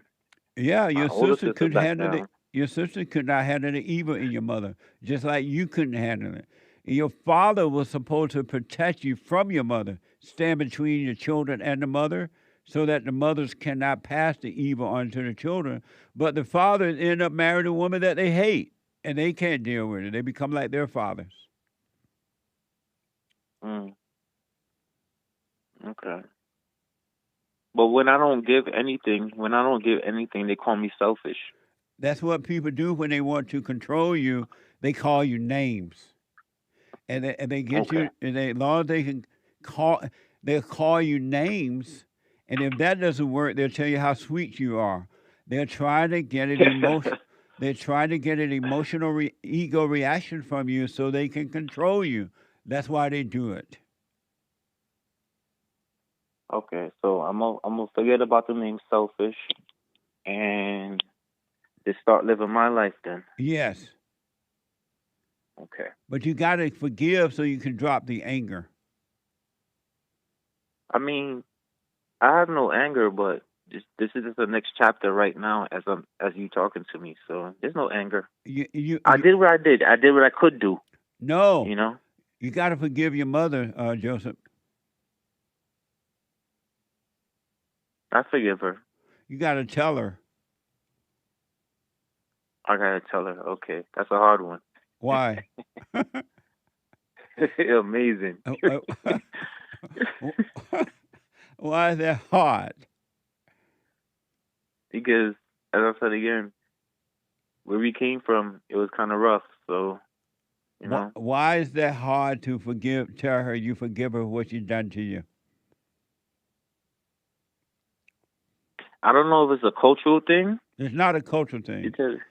Black she's people Jamaican? black mothers do the same thing. White mothers do the same thing. Japanese mama, Chinese mama, Asian mama, Mexican mama, Indian mama. They all do the same thing, Joseph. It has nothing to do with culture. It's spiritual. Okay. It's spiritual. It's not physical. Okay. You got to tell her, Okay. Joseph, Mother, I have been resenting you all my life. You turned me against my father. You hated me because you hated my dad. I look like him. Sir, that's a lot. So what? Amazing. That's a lot right there. And you impose your will on me. I know now you couldn't help yourself, so I forgive you. I'm wrong for holding anger. And then however she react, if she yell, that's fine. If she cries, when she cries, she lying anyway, that's fine. You let her act however she want to act. Forgive her and be done with her. In my opinion, I'd rather do that in silence, sir. But you got to. But I do forgive her, though. I do forgive her, sir. But you got to tell her, though. You got to face her.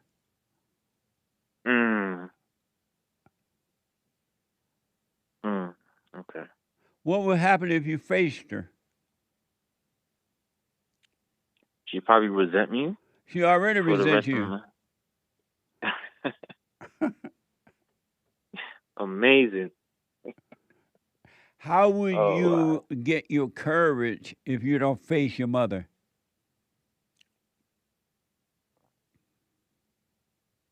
That's a good one. That's a question.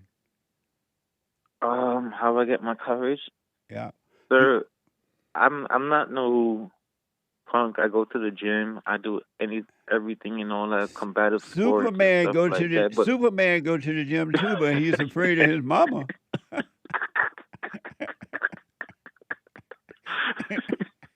Yes, sir. Okay, yes. Oh, man. How will you get your courage if you don't face your mother? If you don't face your mother, every woman you get involved with will be mama, and you're going to be afraid of them too. Oh, no. Oh, yes, Not when yes, it comes yes. to it, man. Well, then your mother's a woman, right? Say what? Your mother's a woman, right? Yeah. But you're afraid to face her. I thought you weren't afraid to face women. You're afraid to face your own mama. Yeah. No. I love my mom, man. But I love you, sir. I love mama. If you love your mother, you would forgive her. You don't love your mama. You hate your mama. If you I don't. I love what I did for her, but it's not good. It's not going to continue. But you got to. That's my point. I'm gonna have to run, Joseph. But if you want to be free, you got to shake in your boot and face your mother and forgive her for what she's done to you, so that God can forgive you and take away her identity from you, because you become like what you hate. Mm-hmm. You got to do what you want, but you got to face your mother if you want to be free.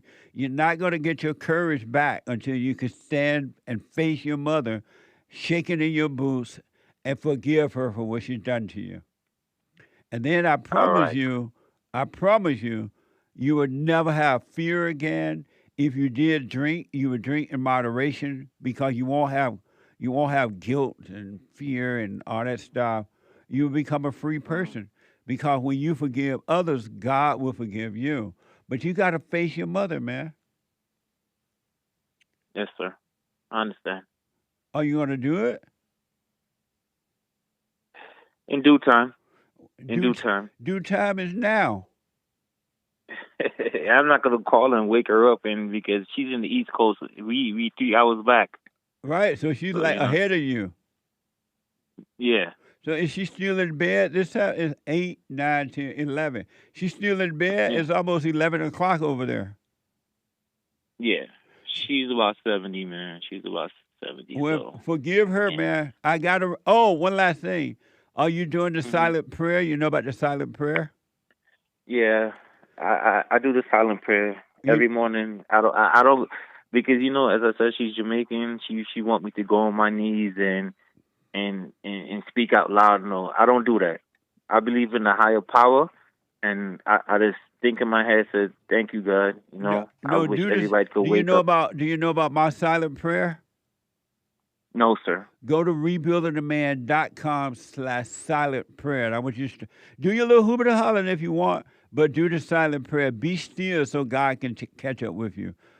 Rebuildingtheman.com/silent prayer. Okay. I see it on this. I see it on the screen. Oh man, the comment that the live is killing me right now. It's all good, man. Stop looking at that. Good. Hey. Don't pay attention to that. The live is killing me, man. I know, but Joseph, don't pay attention to that. You work on you, and you will have an amazing man. life. It's all good. Man. I'm about to go check into my shift in a little bit, man. All right. It's all good. You got to forgive your mother, Joseph, if you want to be free. All right. All right. Good talking to you. I love you, Jess. I love you too, Talk buddy. to you next week, okay? I'm going to call you back next week. Okay, absolutely. All right. All right, bye. 888-7753. 773-888-77 Jesse. Let me go to Gerome out of New Jersey. Jerome, you are on the air. Hey, Jesse, how are you? All is well, Jerome. Hey, so I was thinking about this, quote unquote assassination attempt on the president, and I mean, I don't, believe it, but you don't believe what? That it's real. You don't believe what is real? I don't believe that the assassination attempt was a real one. I think it was staged by maybe the president or somebody, around him. I don't think it was a real thing. And why? Why do you think he would do something like that? I mean, for publicity, stunts, and of course, he made the statement afterwards about, this is why we need a ballroom, which I'm not sure why you would need a ballroom to stop a shooter, but I mean, I guess when I was growing up, I was always under the impression that the president was untouchable, and and now with Trump, we've had 3 assassination attempts, so just something smells fishy here. Oh, okay. So you don't believe it? Yeah, but okay. I mean, I understand. With it, I understand. You have a right not to believe it. Yeah, but with that, I was thinking there's a possibility that they may give this guy, the death sentence, and I wanted to know what your opinion on the death sentence is. Because human beings. Your thoughts. Sorry. Right. Because human beings don't have love until they return to the Father, they are going to commit, because their hearts are wicked and evil, they will commit crimes like that because they are of their father, the devil, right? And so a human being with anger goes out of control. And you need something to contain them. And so they need the law of the land to contain them. Otherwise, they will go completely out of control and affect everyone around you. So for that reason, I'm okay with it. Well, doesn't the prison even though because the world's so crazy now, divided, you can't even trust the people in the courthouse anymore. You can't trust the jury. So it's hard for that to happen. You don't know what's right about that because their hearts are wicked. Gerome, hold on for me. Let me take a break. The hate news. Back in a moment. My bad. Back in a moment. And ever since I started listening to you a couple of months ago, bro, I don't even need to hear the word depression. I don't even care about that because that's not anything that I identify with anymore. Nice. I'm 100% cured. I'm 100% better because I've been listening to the Jesse Lee Peterson show, and I can't even begin to tell you how much I appreciate you. And I just can't even, begin to tell you how much I really appreciate the things that you're doing for young men. Young men need to hear this. And young men need to know this message that you're delivering because it's important. It's vital to their lives, Jesse. I just wanted to let you know that, man. That's amazing. I mean, you made my day, man. When I hear one soul has returned to the Father, it's like 1,000. It's better than silver and gold. So God bless you, man.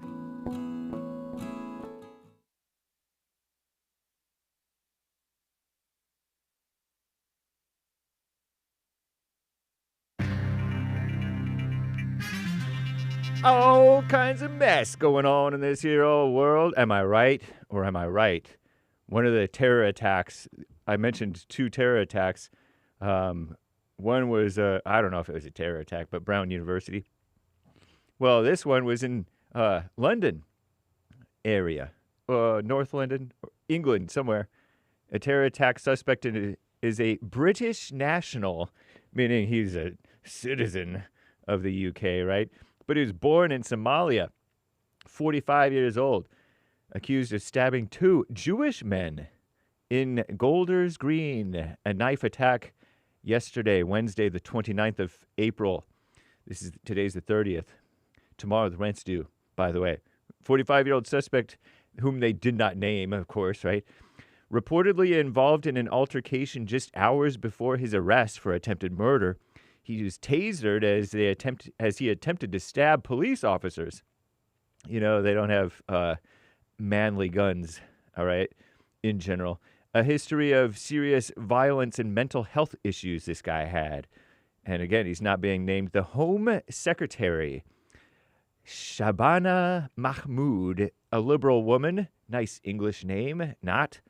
She oversees policing, immigration, national security, including MI5 over there in the UK, and counterterrorism for England and Wales. She confirmed the man came to the United Kingdom lawfully as a child, and he stabbed, allegedly, Shlomi Rand, 34, and Moshe Shine, age 76. They were hospitalized in North London. So, shout out to the Jews in the UK under attack. Nick Reiner murder case is continued until September, as attorneys are waiting for autopsy reports for his parents, or at least his father. I don't know if, was that his mother? I don't know. Anyway, and additional evidence they're awaiting. The U.S. is seeking a new coalition to get ships moving again in the Strait of Hormuz, according to Wall Street Journal, the Rhino outlet. And the United States is seeking to deploy, perhaps, hypersonic missiles for the first time, or one anyway, for the first time against Iran. The U.S. military commanders were to brief Trump on new options against Iran, according to the far-left HBO-affiliated Axios. I think they're affiliated with HBO. Israeli strikes killed 8 in South Lebanon. You know, they're going after Hezbollah over in Lebanon. Hezbollah is like a political party in addition to like a so-called terrorist group. And I say so-called, they might really be. They killed even rescue workers, by the way. The Israeli strikes killing 8 in South Lebanon. But Hezbollah, they have like seats in the parliament or whatever they have over there in Lebanon.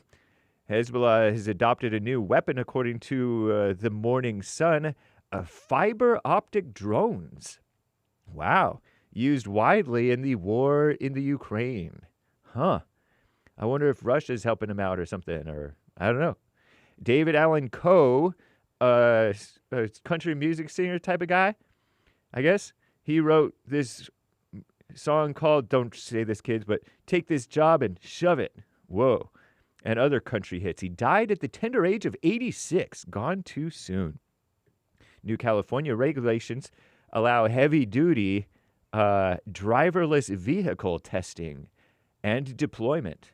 That's exciting. For once, California does something good, or is that not good? But heavy-duty vehicles, that sounds heavy-duty. ICE has arrested more than triple under Trump, as the share of those arrestees without charges rises. That's a Ground News article. You guys complaining about, deportations are down. Well, the ICE has arrested more than triple. Since Trump took office January 20th, 2025, average daily ICE arrests have more than tripled to 902 compared to 294 during Joe Biden's final year. The administration prioritizes arresting those who committed the worst of the worst crimes. New data indicates 37% have no so-called criminal conviction or charges, up from 21.5% under Biden. I'm James Hake. Now back to JLP, Hour 3.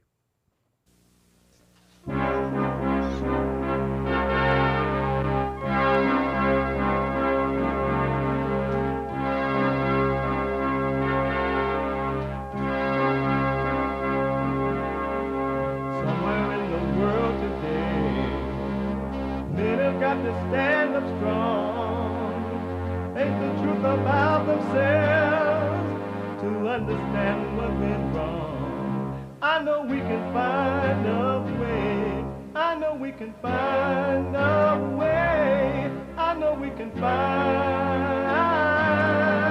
a way to stand up, stand up,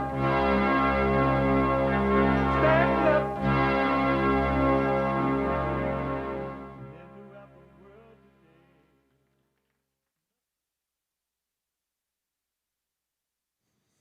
Uniting the races with truth instead of dividing them with lies. We're also rebuilding the family by rebuilding the man. I am JLP Peterson. Good morning. Hi, y'all. You can get involved by calling 888-77-53-773, 888-77-JESSE. And my biblical question, why are you seeking to exert yourself? Why are you seeking to exert yourself? We have every way that you can watch and support the show listed on JLPeterson.com/show. Oh, why are you seeking to exert yourself?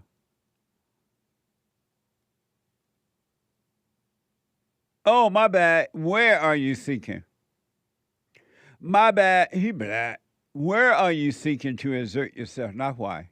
Where are you seeking to exert yourself? All right? My bad. He black. We have every way that you can watch and support the show listed on JLPeterson.com/show. JLPeterson.com/show. And if you're running around, going to the gym, whatever it is you're doing, taking your children to the public schools so that the school can mess them up, destroy them because you don't love them enough to stay home and raise them. You want to be out getting your ego stroked at work, and the people say how wonderful you are at work. You can podcast the show, and on your way to work or school or wherever, you can listen still on your phone by calling the listen line on TalkStream Live at 605-615-4131. 605-615-4131. And to donate and have your comments read out loud, go to buymeacoffee.com/JLP Talk. Buymeacoffee.com/JLP Talk or Bond JLP Cash App. Bond JLP Cash App is Thursday. It is Bible Thumper Thursday. News for you. We're getting closer to his return, and the closer we get to him, the faster things are going to happen, the faster the healings, the faster the deliverance, the faster.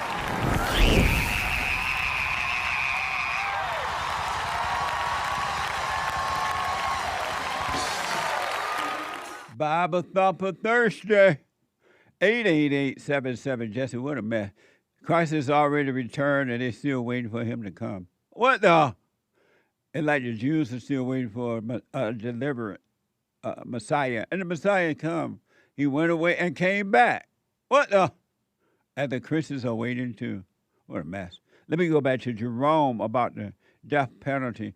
Gerome, do you understand that I am for it, but because human beings are so wicked and that you can't really trust the court or anybody now because everything is so messed up. Gerome? Oh, Gerome with God? No, Gerome? Oh, hold on a minute, Gerome. I hit the wrong one. My bad. Hold on. Gerome. Yeah, can you hear me, Justin? I can now. So I am for the death penalty because evil people need the law of the land to contain them. If not, they go completely out of control. And we see that happening right now when they took away the death penalty in some states. They took away bail bond. They defunded the police. And the people went out of control. Crime is out of control now because they don't have anything to contain them. But we have prison to contain them. We don't need to kill people to contain them. That's not containing. That's just murder. Well, they're getting rid of the prisons too. No, I mean, they're building more and more and more and more. They're not stopping any prison. In California, I don't know, maybe around in other countries, in California, they try to get rid of them. They talk about getting rid of them, and they let the inmates out already. And prison nowadays is just a place to go relax anyway. They have color TVs, they have weight rooms, they have exercise. Prison is not prison anymore. When I become president, I'm going to put the prisons back on the road and make them do chain gang work. I mean, yeah, that's fine and all, but prisons are not all fine and dandy. Like, if people are still getting killed, people are still getting raped, people are still getting stabbed and beat up by the prison guards. The prisons are not good. That's happening on the inside and the outside of the prison every day. I know, but it's just human nature. Color TVs, like it's a good thing. I don't know why you're saying that. When you you've spoken that. What'd you say? You're saying that these things you're saying, they have color TVs and weight rooms, and you say you've spoken at prisons. You know how bad prisons are. They're not anything. Nobody wants to go to prison. But prison is not no different than outside of the prison. Angry people are already in prison.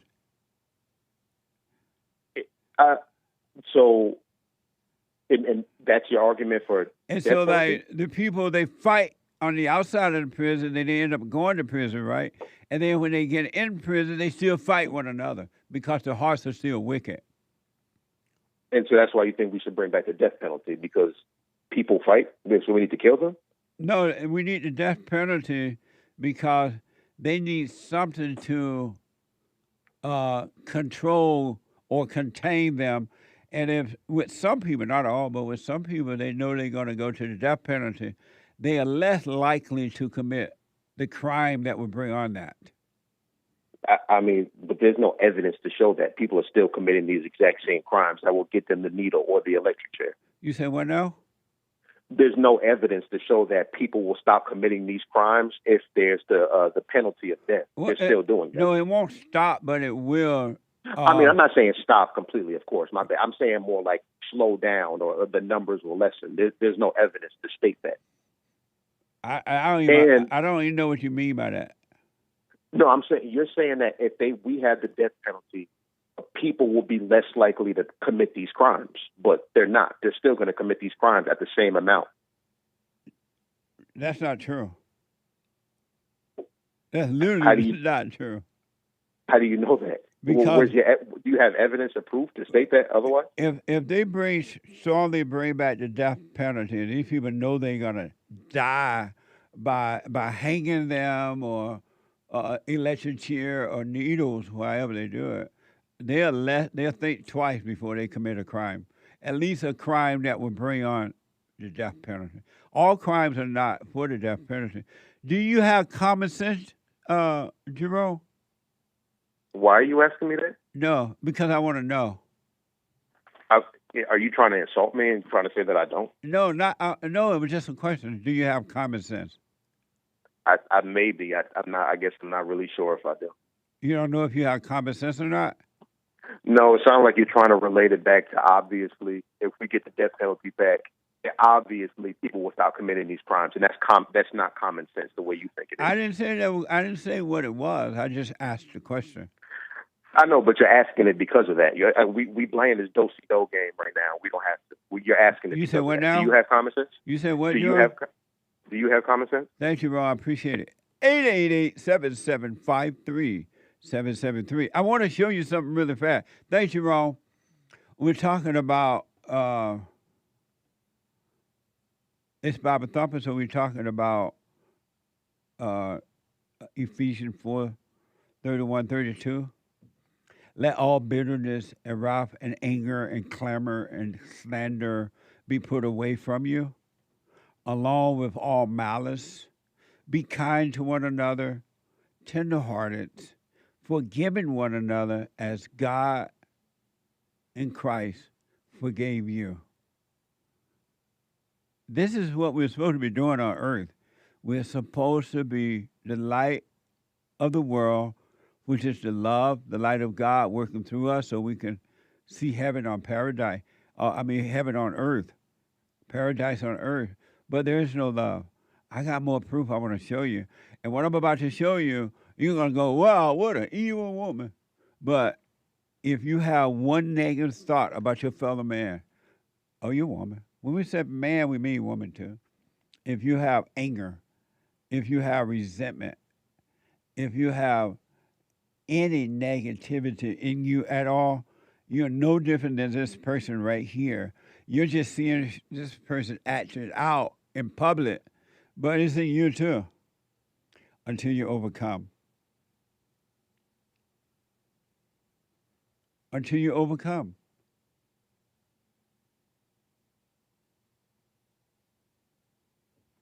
Until you overcome.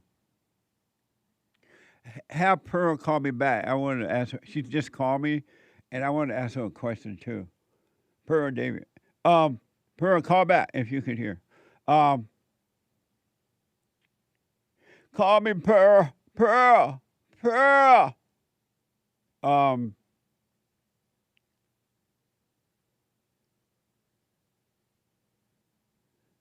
I want you to watch something that is so wicked. This female is so wicked that I don't even know if God will hear her prayers if she said she was sorry. She's so connected to evil. It's from C-SPAN. Watch this. This so-called Senator Alsobrooks, Alsobrooks, confronted Secretary Kennedy regarding a past statement alleging he suggested that every black kid should be represented on a wellness form. Watch this from C-SPAN. Today that you said every black kid can get reparented on a wellness farm. Can you admit that you said that? Can get reparented on a wellness farm? Well, let me read exactly what you said. You said every black kid is now just standard, put on Adderall, on SSRIs, benzos, which are known to induce violence, and those kids are going to have a chance to go somewhere and get reparented, to live in a community where there'll be no cell phones, no screens. You know, you claimed, in fact, you went on to say, actually the whole transcript was even worse. You said that if you could, you would send, quote, every black kid, again, your words, not mine, to go live on farms and work. Is that your... I would have to hear that recording because... Well, I have the recording. I have no memory of saying anything like that. Yeah, well, I actually have the recording that I can give to you, but it is absolutely what you said.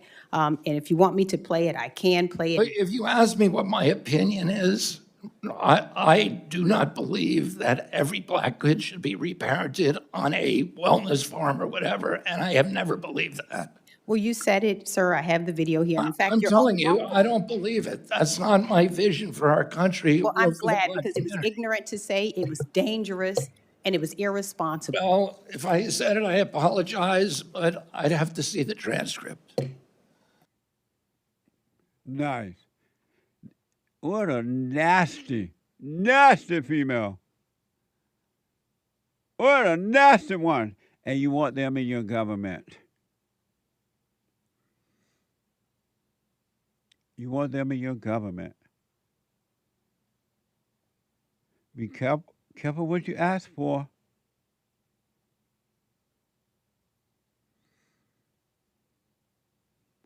This is hell on earth.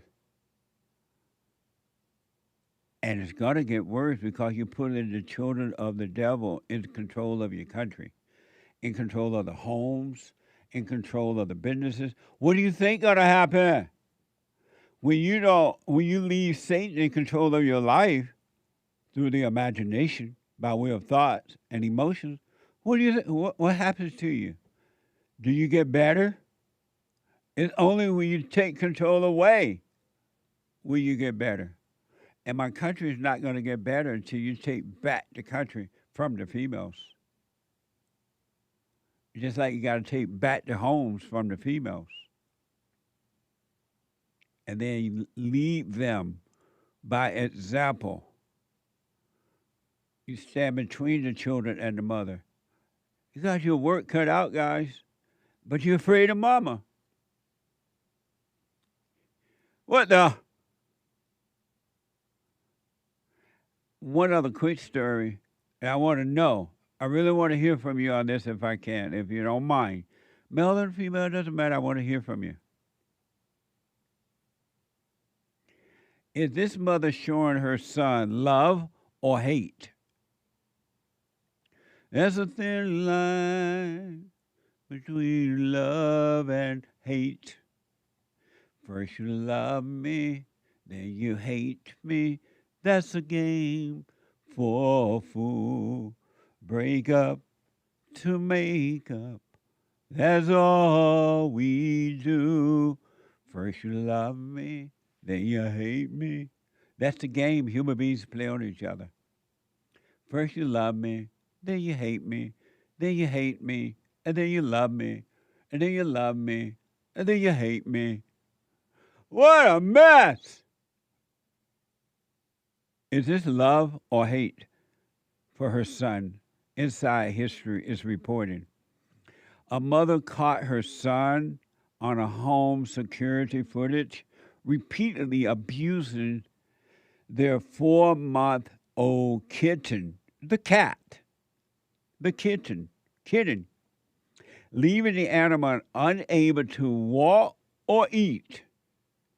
Rather than simply scolding him or taking away his privileges, she required him to destroy his own PS5 basketball hoop. What the? You do not take a boy's hoop away from him.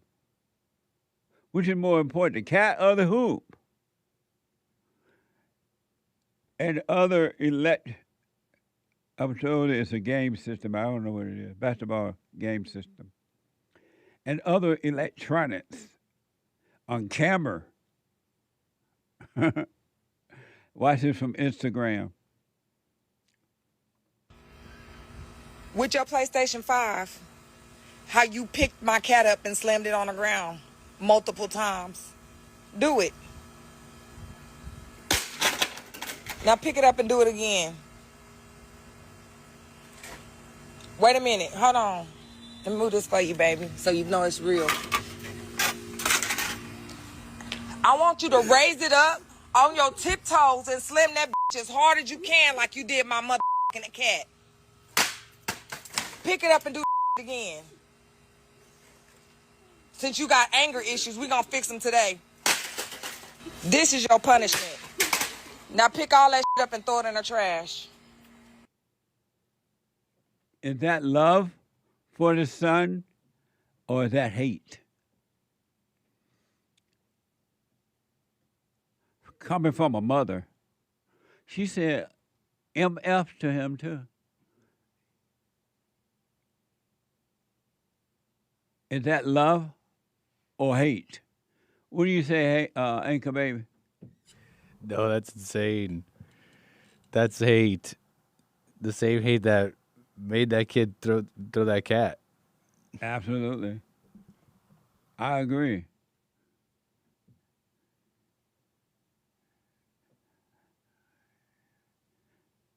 My producer, he black. He says, I understand justice for killing the cat, but love is always the answer. And Haken says she proudly recorded this and shared it. Where is the love in that? One thing this brought to my mind, I counsel over the years with men and women when they were children, when they were boys and girls, young kids, they punish animals. They punish animals, kill them, set them on fire, do all kinds of things. And you know why? They hate their mothers. They hate their mothers. And they hate their mothers so much, they can't punish mama because they can't have an adult, they're kids. And they punish the animals. And you wonder why. How can they do that to an animal? They do it to the animal because that's what's been done to them. They've been treated like animals by their own mothers. And the father neither not around, or if he's around, he can't deal with the mother, and the kids are angry, and anger will make you do this. And some people, when they become adults, because they didn't get hold of themselves, they go from killing animals to killing people. They go from punishing animals, killing animals. It's the hatred that's coming from the mother. You see, did that woman sound like she loved the son? You did it to my MF cat. That is not love. That is pure hatred. A mama's love is so special, it will kill you. And it stays with you until the day you die, unless you forgive her and overcome her. And that kid look like maybe 9 or 10.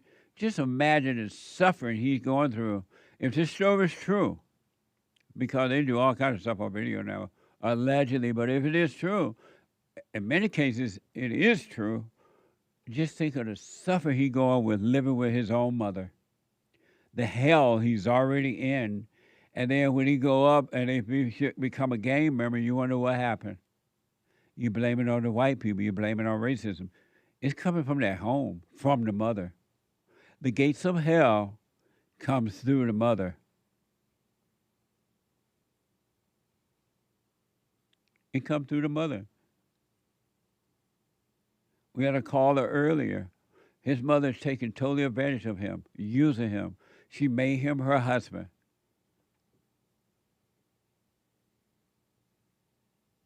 You got to drop the anger. And fathers, you got to wake up so you can protect your children from the mothers. And mothers, you need to overcome the anger because you have no love and you're destroying your own children and blaming it on the father or someone else or something else. You can overcome evil. Women who are working on themselves, and I hear them all the time from the meetings, the bond meetings, the women's forums, the counseling sessions around the world, they'll realize, you know what, Jesse, I am evil. I do resent my mother. I have become like her. I'm going to forgive her. And they start to change. It's evil, folks. You have no idea the impact, the control that evil has on you through your thoughts, through the thoughts and the emotion. You're not in control, and y'all think y'all got a free will. Will yourself not to be evil. Will yourself out of it. All you people who think you have a free will.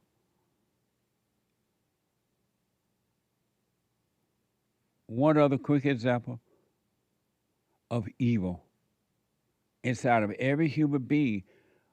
According to the word, is in the word, we all have sinned and must be born again in order to be free. Otherwise, you will be a slave to your sin of hatred and anger and resentment and calamity and jealousy and gossiping and thrills of hurting yourself and others. It's all evil. The battle is spiritual. And just because you read about God and because you think about what you think is God or Christ, that ain't going to do you no good. It's keeping you away from God. Your heart is still angry and wicked. Fox 35 is reporting more than 1,000 teenagers descended upon Icon Park over the weekend, allegedly as part of a social media takeover. Look what happened. Watch this from WESH.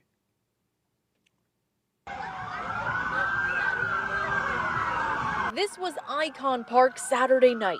Hey, Black. The Orange County Sheriff's Office says by 7:30 p.m., around 1,000 teens had filled into the heart of the tourist district, and that's when multiple fights started breaking out.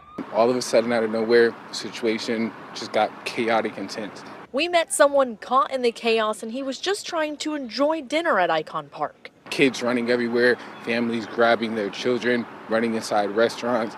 Those are large police presence. Sheriff John Mina says they found out about this gathering from social media, but they did not expect the level of chaos that followed. Hopefully it's just a trend that will end at some point, because I mean, literally, what did they get out of it? You know, some people went to jail. Ultimately, deputies arrested 9 teens ranging from 13 to 16 years old. They are facing charges including battery on a law enforcement officer. And in the middle of it all, 2 deputies were injured, but they are expected to be okay. And Sheriff Mina tells us that they are aware of a future takeover that's supposed to take place on May 9th here at Icon Park. They say they will have a large police presence and are not messing around and will make arrests if needed. It's not going to end. Here the white people trying to go to lunch and dinner, and the blacks showing up, bring the hood to the suburb. And white people just want a white, nice, quiet life. They don't want fighting. They don't want the racist stuff. Leave them alone. Let them have their white first-class life. Don't take your hood to the suburbs. What the? I saw this, and it may not be true, social media. I saw, someone sent it to me, I think. This woman, this female, Jasmine Crockett, she was being interviewed somewhere, and apparently the interviewer didn't do what she wanted them to do. I don't know. I haven't seen the whole thing yet. And she was like, I am the 530 most powerful person in the country, and you're gonna disrespect me? What? She thinks she's powerful. Poor Jasmine. If that's true, it may not be true, but anyway, what's wrong with the blacks, huh? They're taking their mess to the suburbs. WESH, one of the teen family alleged deputy, one of the teen family alleges deputy used excessive force during the Icon Park takeover arrest. What is this, Lord? Only on West 2 tonight, we are talking with the family of one of the teens arrested at Icon Park Saturday night. I'm Jesse Pagan. And I'm Lindsay Sablon. They say the deputy who arrested that young boy used excessive force by slamming him to the ground. And the boy and his family spoke exclusively with West 2's Patrick Perez, who is live near Icon Park with the details. Exclusive new video shared with West 2 News shows the moments an Orange County Sheriff's deputy took down a teen during a so-called takeover of Icon Park Saturday night. I'm doing a little good. Yeah. But my back kind of hurt and my legs still hurting. But that's it. 14-year-old Taborian Dade says just moments before he was defending himself from a teen who had picked a fight with him. He thought the deputy was just another teen also trying to throw in some punches. He didn't say his name, so I thought I was getting jumped, but I wasn't. I looked behind, was a car. Then I tried to stop. Then he just caught me. So after that, I got back up and I ain't resist right then and there. Still, his family says he was charged with resisting arrest without violence, and they allege the deputy used excessive force. I believe once he got him on the ground, once he tackled him, and I feel like he could have just cuffed him from there. He picked him up and he slammed him. Tavorian's grandmother, Tamika Martell, worries he could have been badly hurt. They're not grown men, they're children. You know, say if he had children, I'm pretty sure he wouldn't want nobody to treat his children that way. Right.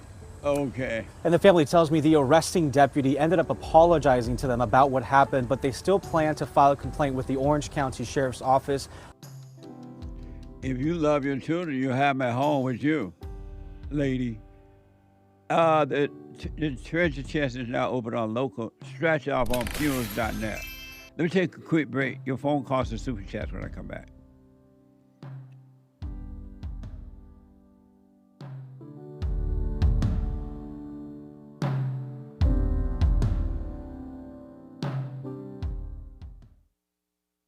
You can't run from evil within yourself or outside of self. You got to deal with it. And you need good in order to deal with evil. And God is good. You need to return to the Father. And you'll see within you, he will fight the battle for you. And he will fight it without. because he will show you how to deal with it, and you will have no fear. Love God with all your heart, all your soul, all your might, along with nothing else. Nothing else means yourself, your children, your wife, your things, your ego, your reputation, and all that. You can't care about any of that. The children of anger will use it to control you. But if you love God, he will renew your mind, and none of those things will be before him. And so when they go after you, oh, well, you may take my body, you may take my things, but you're not going to take my soul. And that's a true reality.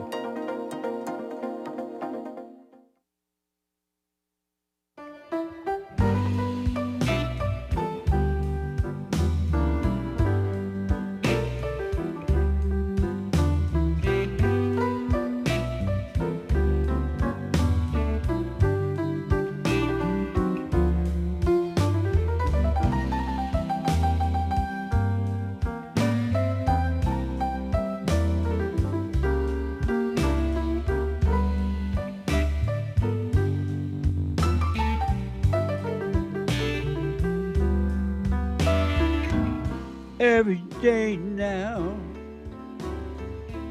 walking down that old lonely road, boom, boom, boom, boom.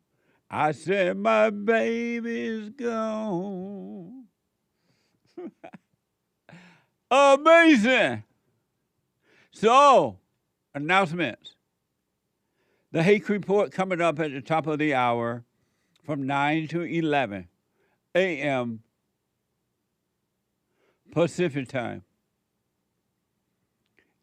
And then after that, the American Anchor Baby. From 11 to 1. The American Anchor Baby. And check out Punchy TV, a brand new episode on Punchy. You can podcast the show. Punchy.tv with Bill. Don't mess with Bill. Da-na-da-na-na. Don't mess with Bill. Check it out, punchy.tv with Bill. And last but not least, brand new episode of The Fallen State tomorrow. A brand new episode. If the Lord is willing and the creek don't rise, a fun, interesting talk with Adam Kahn, a progressive debater. Watch this. Next time on The Fallen State. They let these foreigners in, and they chant death to America. You get annoyed with people saying death to America, but Trump and his team are actually trying to bring death to America. That's amazing. So it sounds like you don't like Trump. Trump is what you might call a beta male, right? He's a liar, he's a sore loser, he's a cheater, he's vengeful and spiteful and hateful. Do you like Obamacare, Jesse? No. You don't think people should have cheaper health care? It's expensive because we got these losers that we have to pay for. We shouldn't pay for the losers. We should just let them die. Yes. Amazing. It was a fun debate, though. It really, really was. A discussion, not a debate, but a discussion. And you can support the Fallen State right there by becoming a member of the Fallen State on the YouTube channel or just leepeterson.locals.com. And so we showed you these videos where these, according to a report, over 1,000 what appeared to be black teenagers went over to Icon Park and raised hell. Pure hell. And you want to know what's wrong with the blacks. Here's what's wrong with the blacks from Inside History. Watch this. From Instagram, I mean. With your PlayStation 5. This is what's wrong with the blacks. How you picked my cat up and slammed it on the ground multiple times. Do it. Now pick it up and do it again.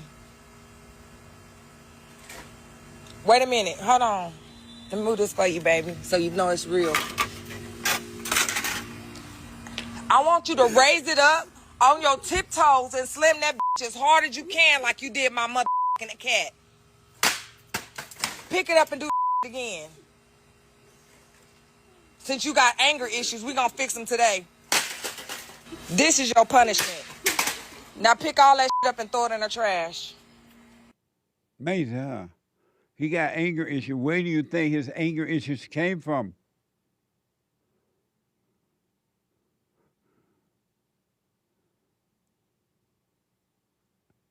Where? But no, when he go over to Icon Park and carry on, she gonna blame the police. Well, the police should have taken him down like that. I feel like the police should have put the handcuffs on him while you're on the ground. How about you? How about you dropping your anger so he doesn't have to be at Econ Park acting that way? Why don't you?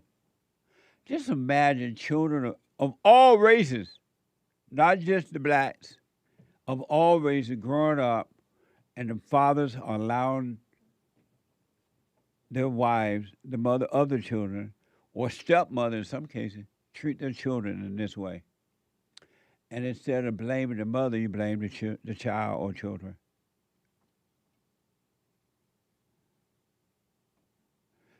I'm told that we had that video with Jasmine Crockett. Lord, Jasmine thinks she got power. Where's this from? From X. Watch this from X in the Blaze. Black woman in America. On what level is she on? On her own mind. You're not on a level, heifer. And you have no power. Real power only comes from God, from the truth. So someone sent me that video earlier. I hadn't heard the whole thing. Now you see it's from the Blaze. When will black people stop saying, I'm a black woman? I'm black. I'm a black man, harder a black man. When will that all end?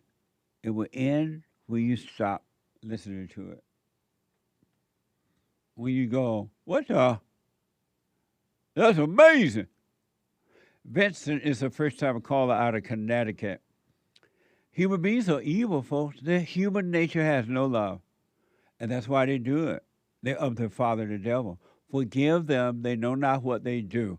Vincent, you are on the air. Yes, sir. Hey, Vincent.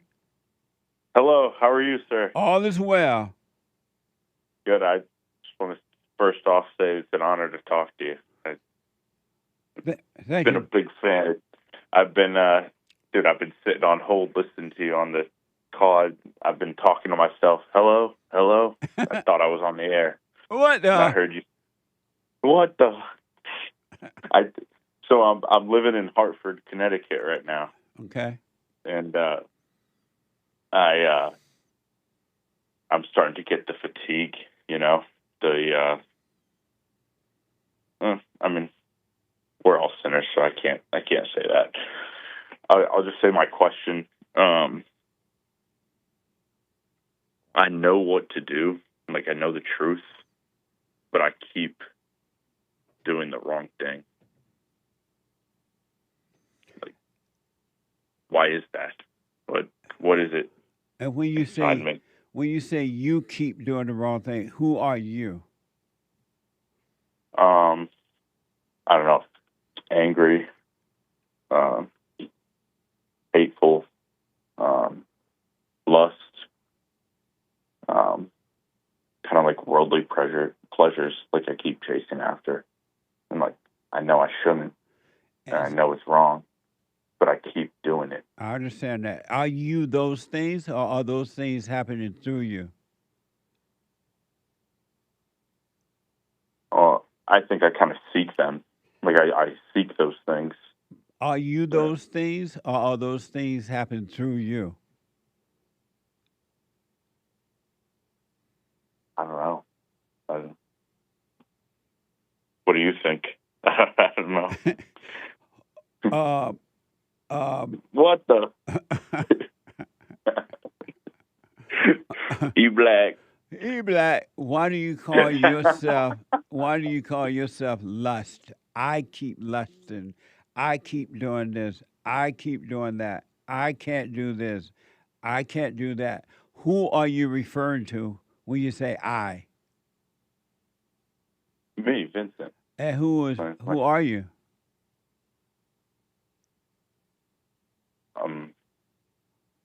I guess I'm a lost child of God. It's like I know the truth. Like I know what I need to do, but I just keep. What would happen if you never said, I am this and I am that? If you never called it you again, what would happen?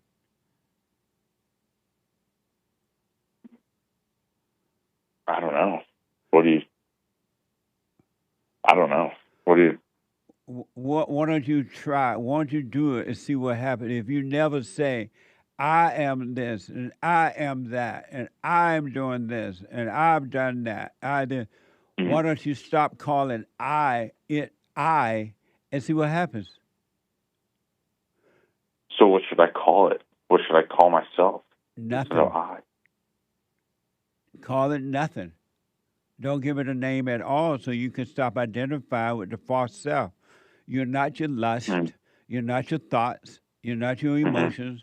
You're not your name. You're not your color. You're none of those things. Why don't you stop calling those things be not as though they are real? They're not real.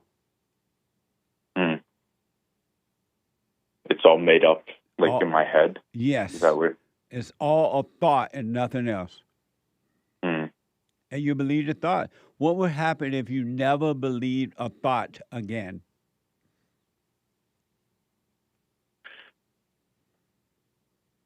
I guess I wouldn't get so upset and so emotional sometimes. And so why don't you stop believing thoughts then? And you're saying like stop believing my thoughts and just follow the Father, like. Do you create your own thoughts?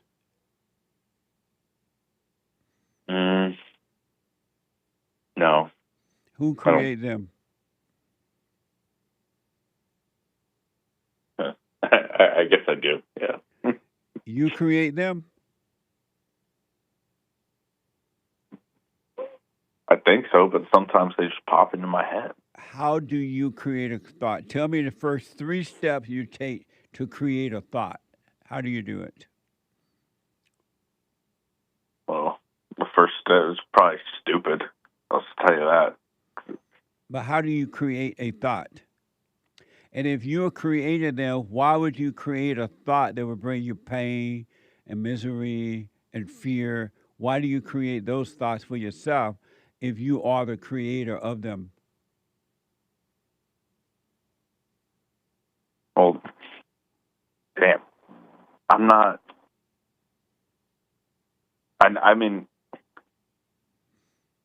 don't get me wrong. I might have like said it wrong earlier, but I know I'm not. Like, I'm not shit. You said that you create thoughts. Why do you create? If you are the creator of your own thoughts, why do you create thoughts that bring you misery and pain? Why would you do that? If you're the creator, why would you create thoughts that bring you pain? I don't know. Maybe because I like the adrenaline of like being angry. So if you like it, but like what? If you like it, why are you complaining about something that you love? Like I don't like it. I don't. And so if you don't like it, why would you create thoughts then that would bring you misery? If you are the creator of your own thoughts, why don't you just create all thoughts that make you happy and have peace? Why are you creating thoughts that bring you misery? But do you think I'm the creator of my own thoughts, or do you think it's like Satan and like I know for a fact. Treasures? I know for a fact, and without a doubt, you are not the creator. You have never created a thought. You never will create a thought, and you cannot create a thought even if you try. Why? Because I'm retarded? No, because you can't create a thought. Thoughts are evil. They are spiritual, and they're evil, and they made a home in you, and they control you. But all your life, you've been calling them you, and they're not you at all. You've identified with the wrong identity. You lost your real identity, and you picked up this false identity, and you've been identified with that, and it's not you at all. And that's why you said, I am this and I am that. It's not you. Yeah, no, I just wanted your perspective. And Yeah, you like, want to be? Do you want to be free of all the lust and the desires that is driving you? yes, sir, You got- absolutely. You got to forgive your mother. You become like your mother. Your thoughts and your emotions are that of your mother. You became like what you hate. You got to forgive her for recreating you in her image. Don't ask for forgiveness. Forgive her, mother. I am sorry for resenting you. I have become like you. And if she say, I'm sorry, fine. If she doesn't, fine. If she doesn't want to play with you anymore, fine. If she does, fine. But God will forgive you when you forgive her. He will give you a clearer mind. He will take away all those thoughts and things that you're having because they're of the devil. They're not of God or you. And he will give you a clear mind. But you got to forgive your mother. Why haven't you done that already? I mean, honestly, I'll tell you this. I'm an only child. Oh, God. So you got all the punishment. Yeah.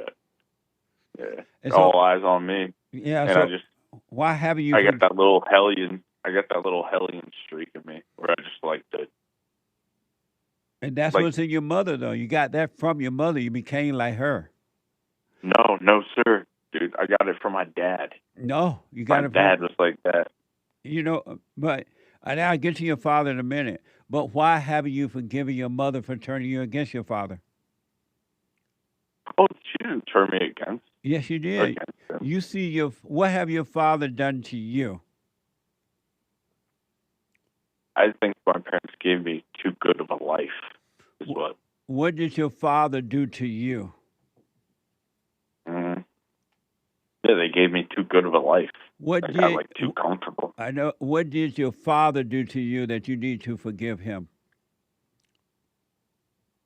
Nothing. So then why you say you got to forgive your father? Your father done nothing to you. Oh, because we're just like two peas in a pod. Like, we're just the same. Like, what they gave me... But because of time, Vincent, what you have, you see your father through your mother's eyes. You don't see you don't you don't resent your father. You love your father. But because you've identified with your mother, you see him the way she sees him, and that's not going to change until you forgive your mother. Then I need to sober up. Once you forgive your mother, you will sober up. You will have nothing but peace, and life will be amazing. It's amazing. Amazing. Why haven't you forgiven her? Because of time. Why haven't you forgiven your mother? Well, I didn't think there was a reason for me.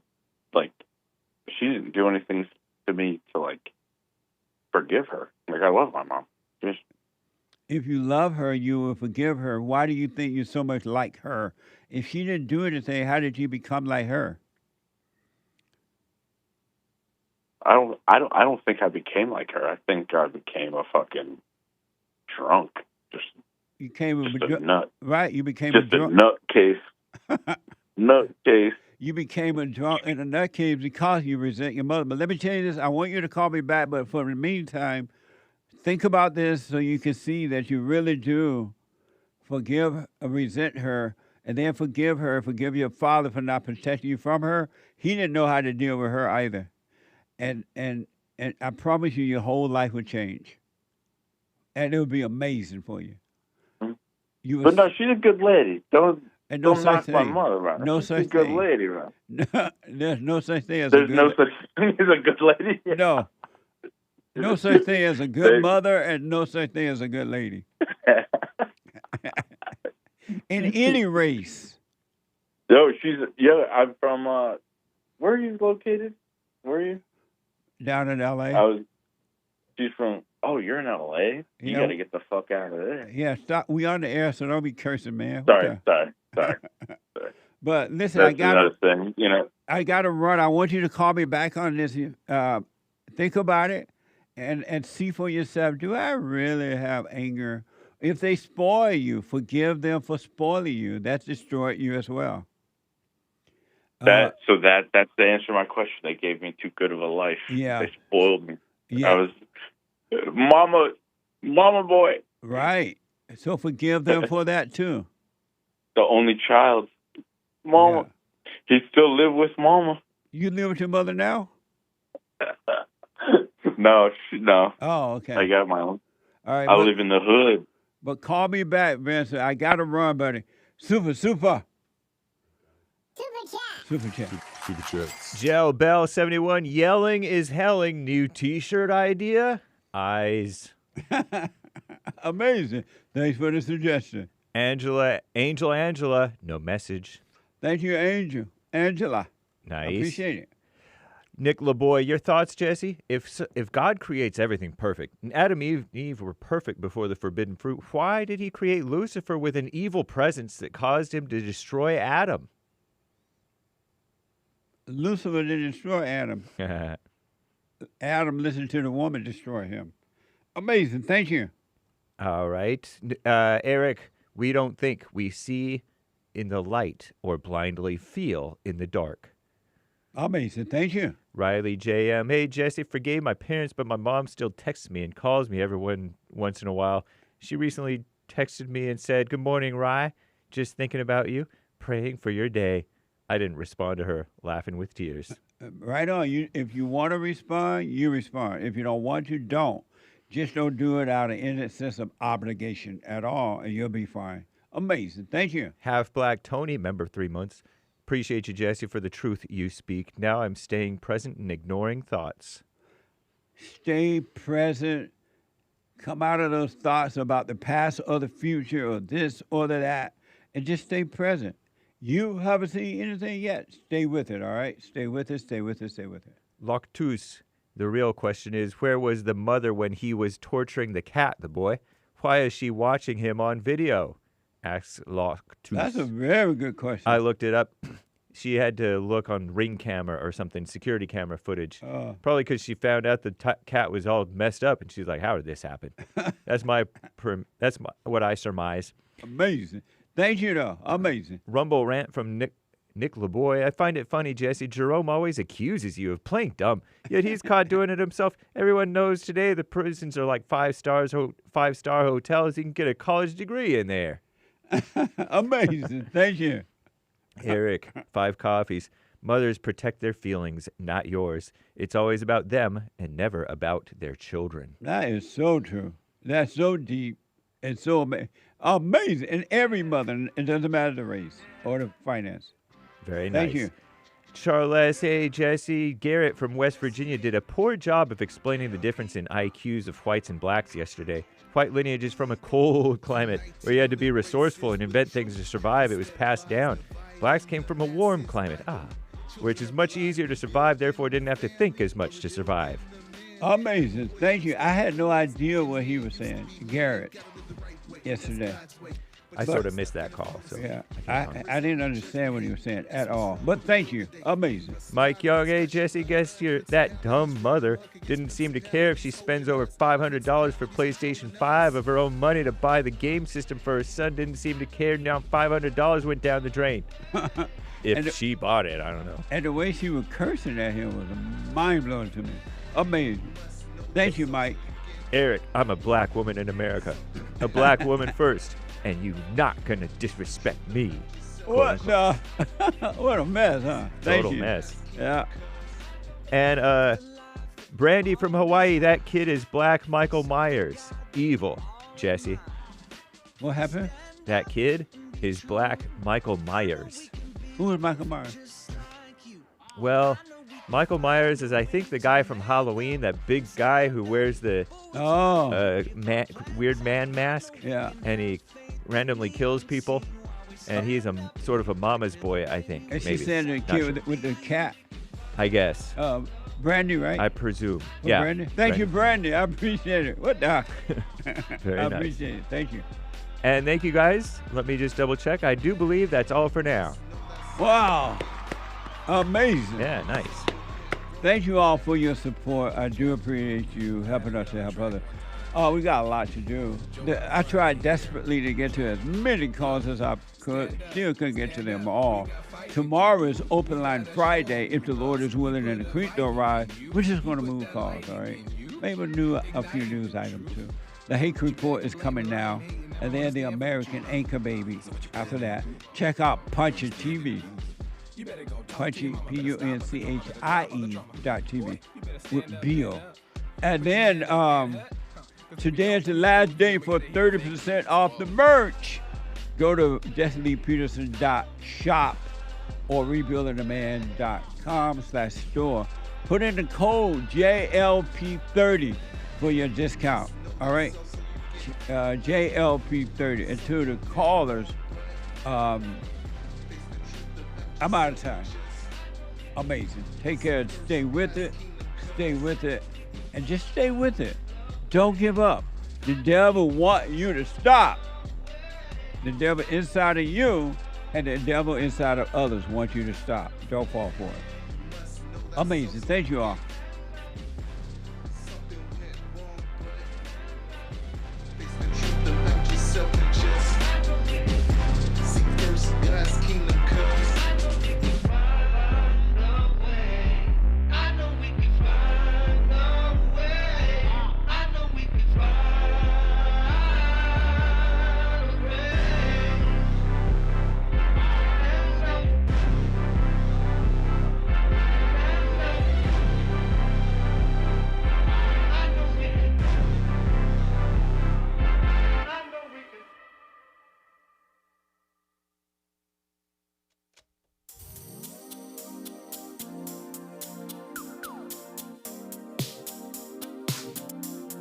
The views, information, thoughts, and opinions expressed during this show are the individual's own and do not represent the views, thoughts, and opinions of the JLP Network or Bond. Their appearance on the program does not imply an endorsement of them or any entity they represent.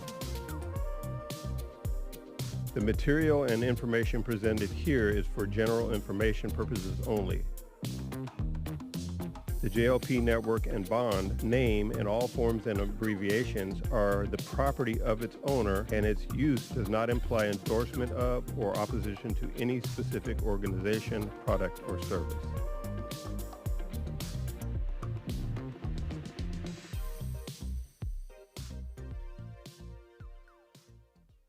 Check out my book, For Raised to Responsibility. I show you how I was able to overcome anger. The spirit of anger was taken away from me. I had it. And as a result of having anger, I was insecure. I had doubt, worry, fear. I was in a fallen state and didn't know it. And it wasn't until I went and forgave my mother, who tried to turn me away from my father. I forgave my father for not being there and returned back to him. My spirit connected with his spirit, and through him, I was able to return to God. And I have perfect peace. Perfect love casts out anger. And when anger is gone, fear and doubt, worry, insecurity, suicidal thoughts, all of that is gone. And you are free. Amazon.com, Barnes & Noble, or if you want an autographed copy, you can go to my website at rebuildingtheman.com or call 800-411-BOND.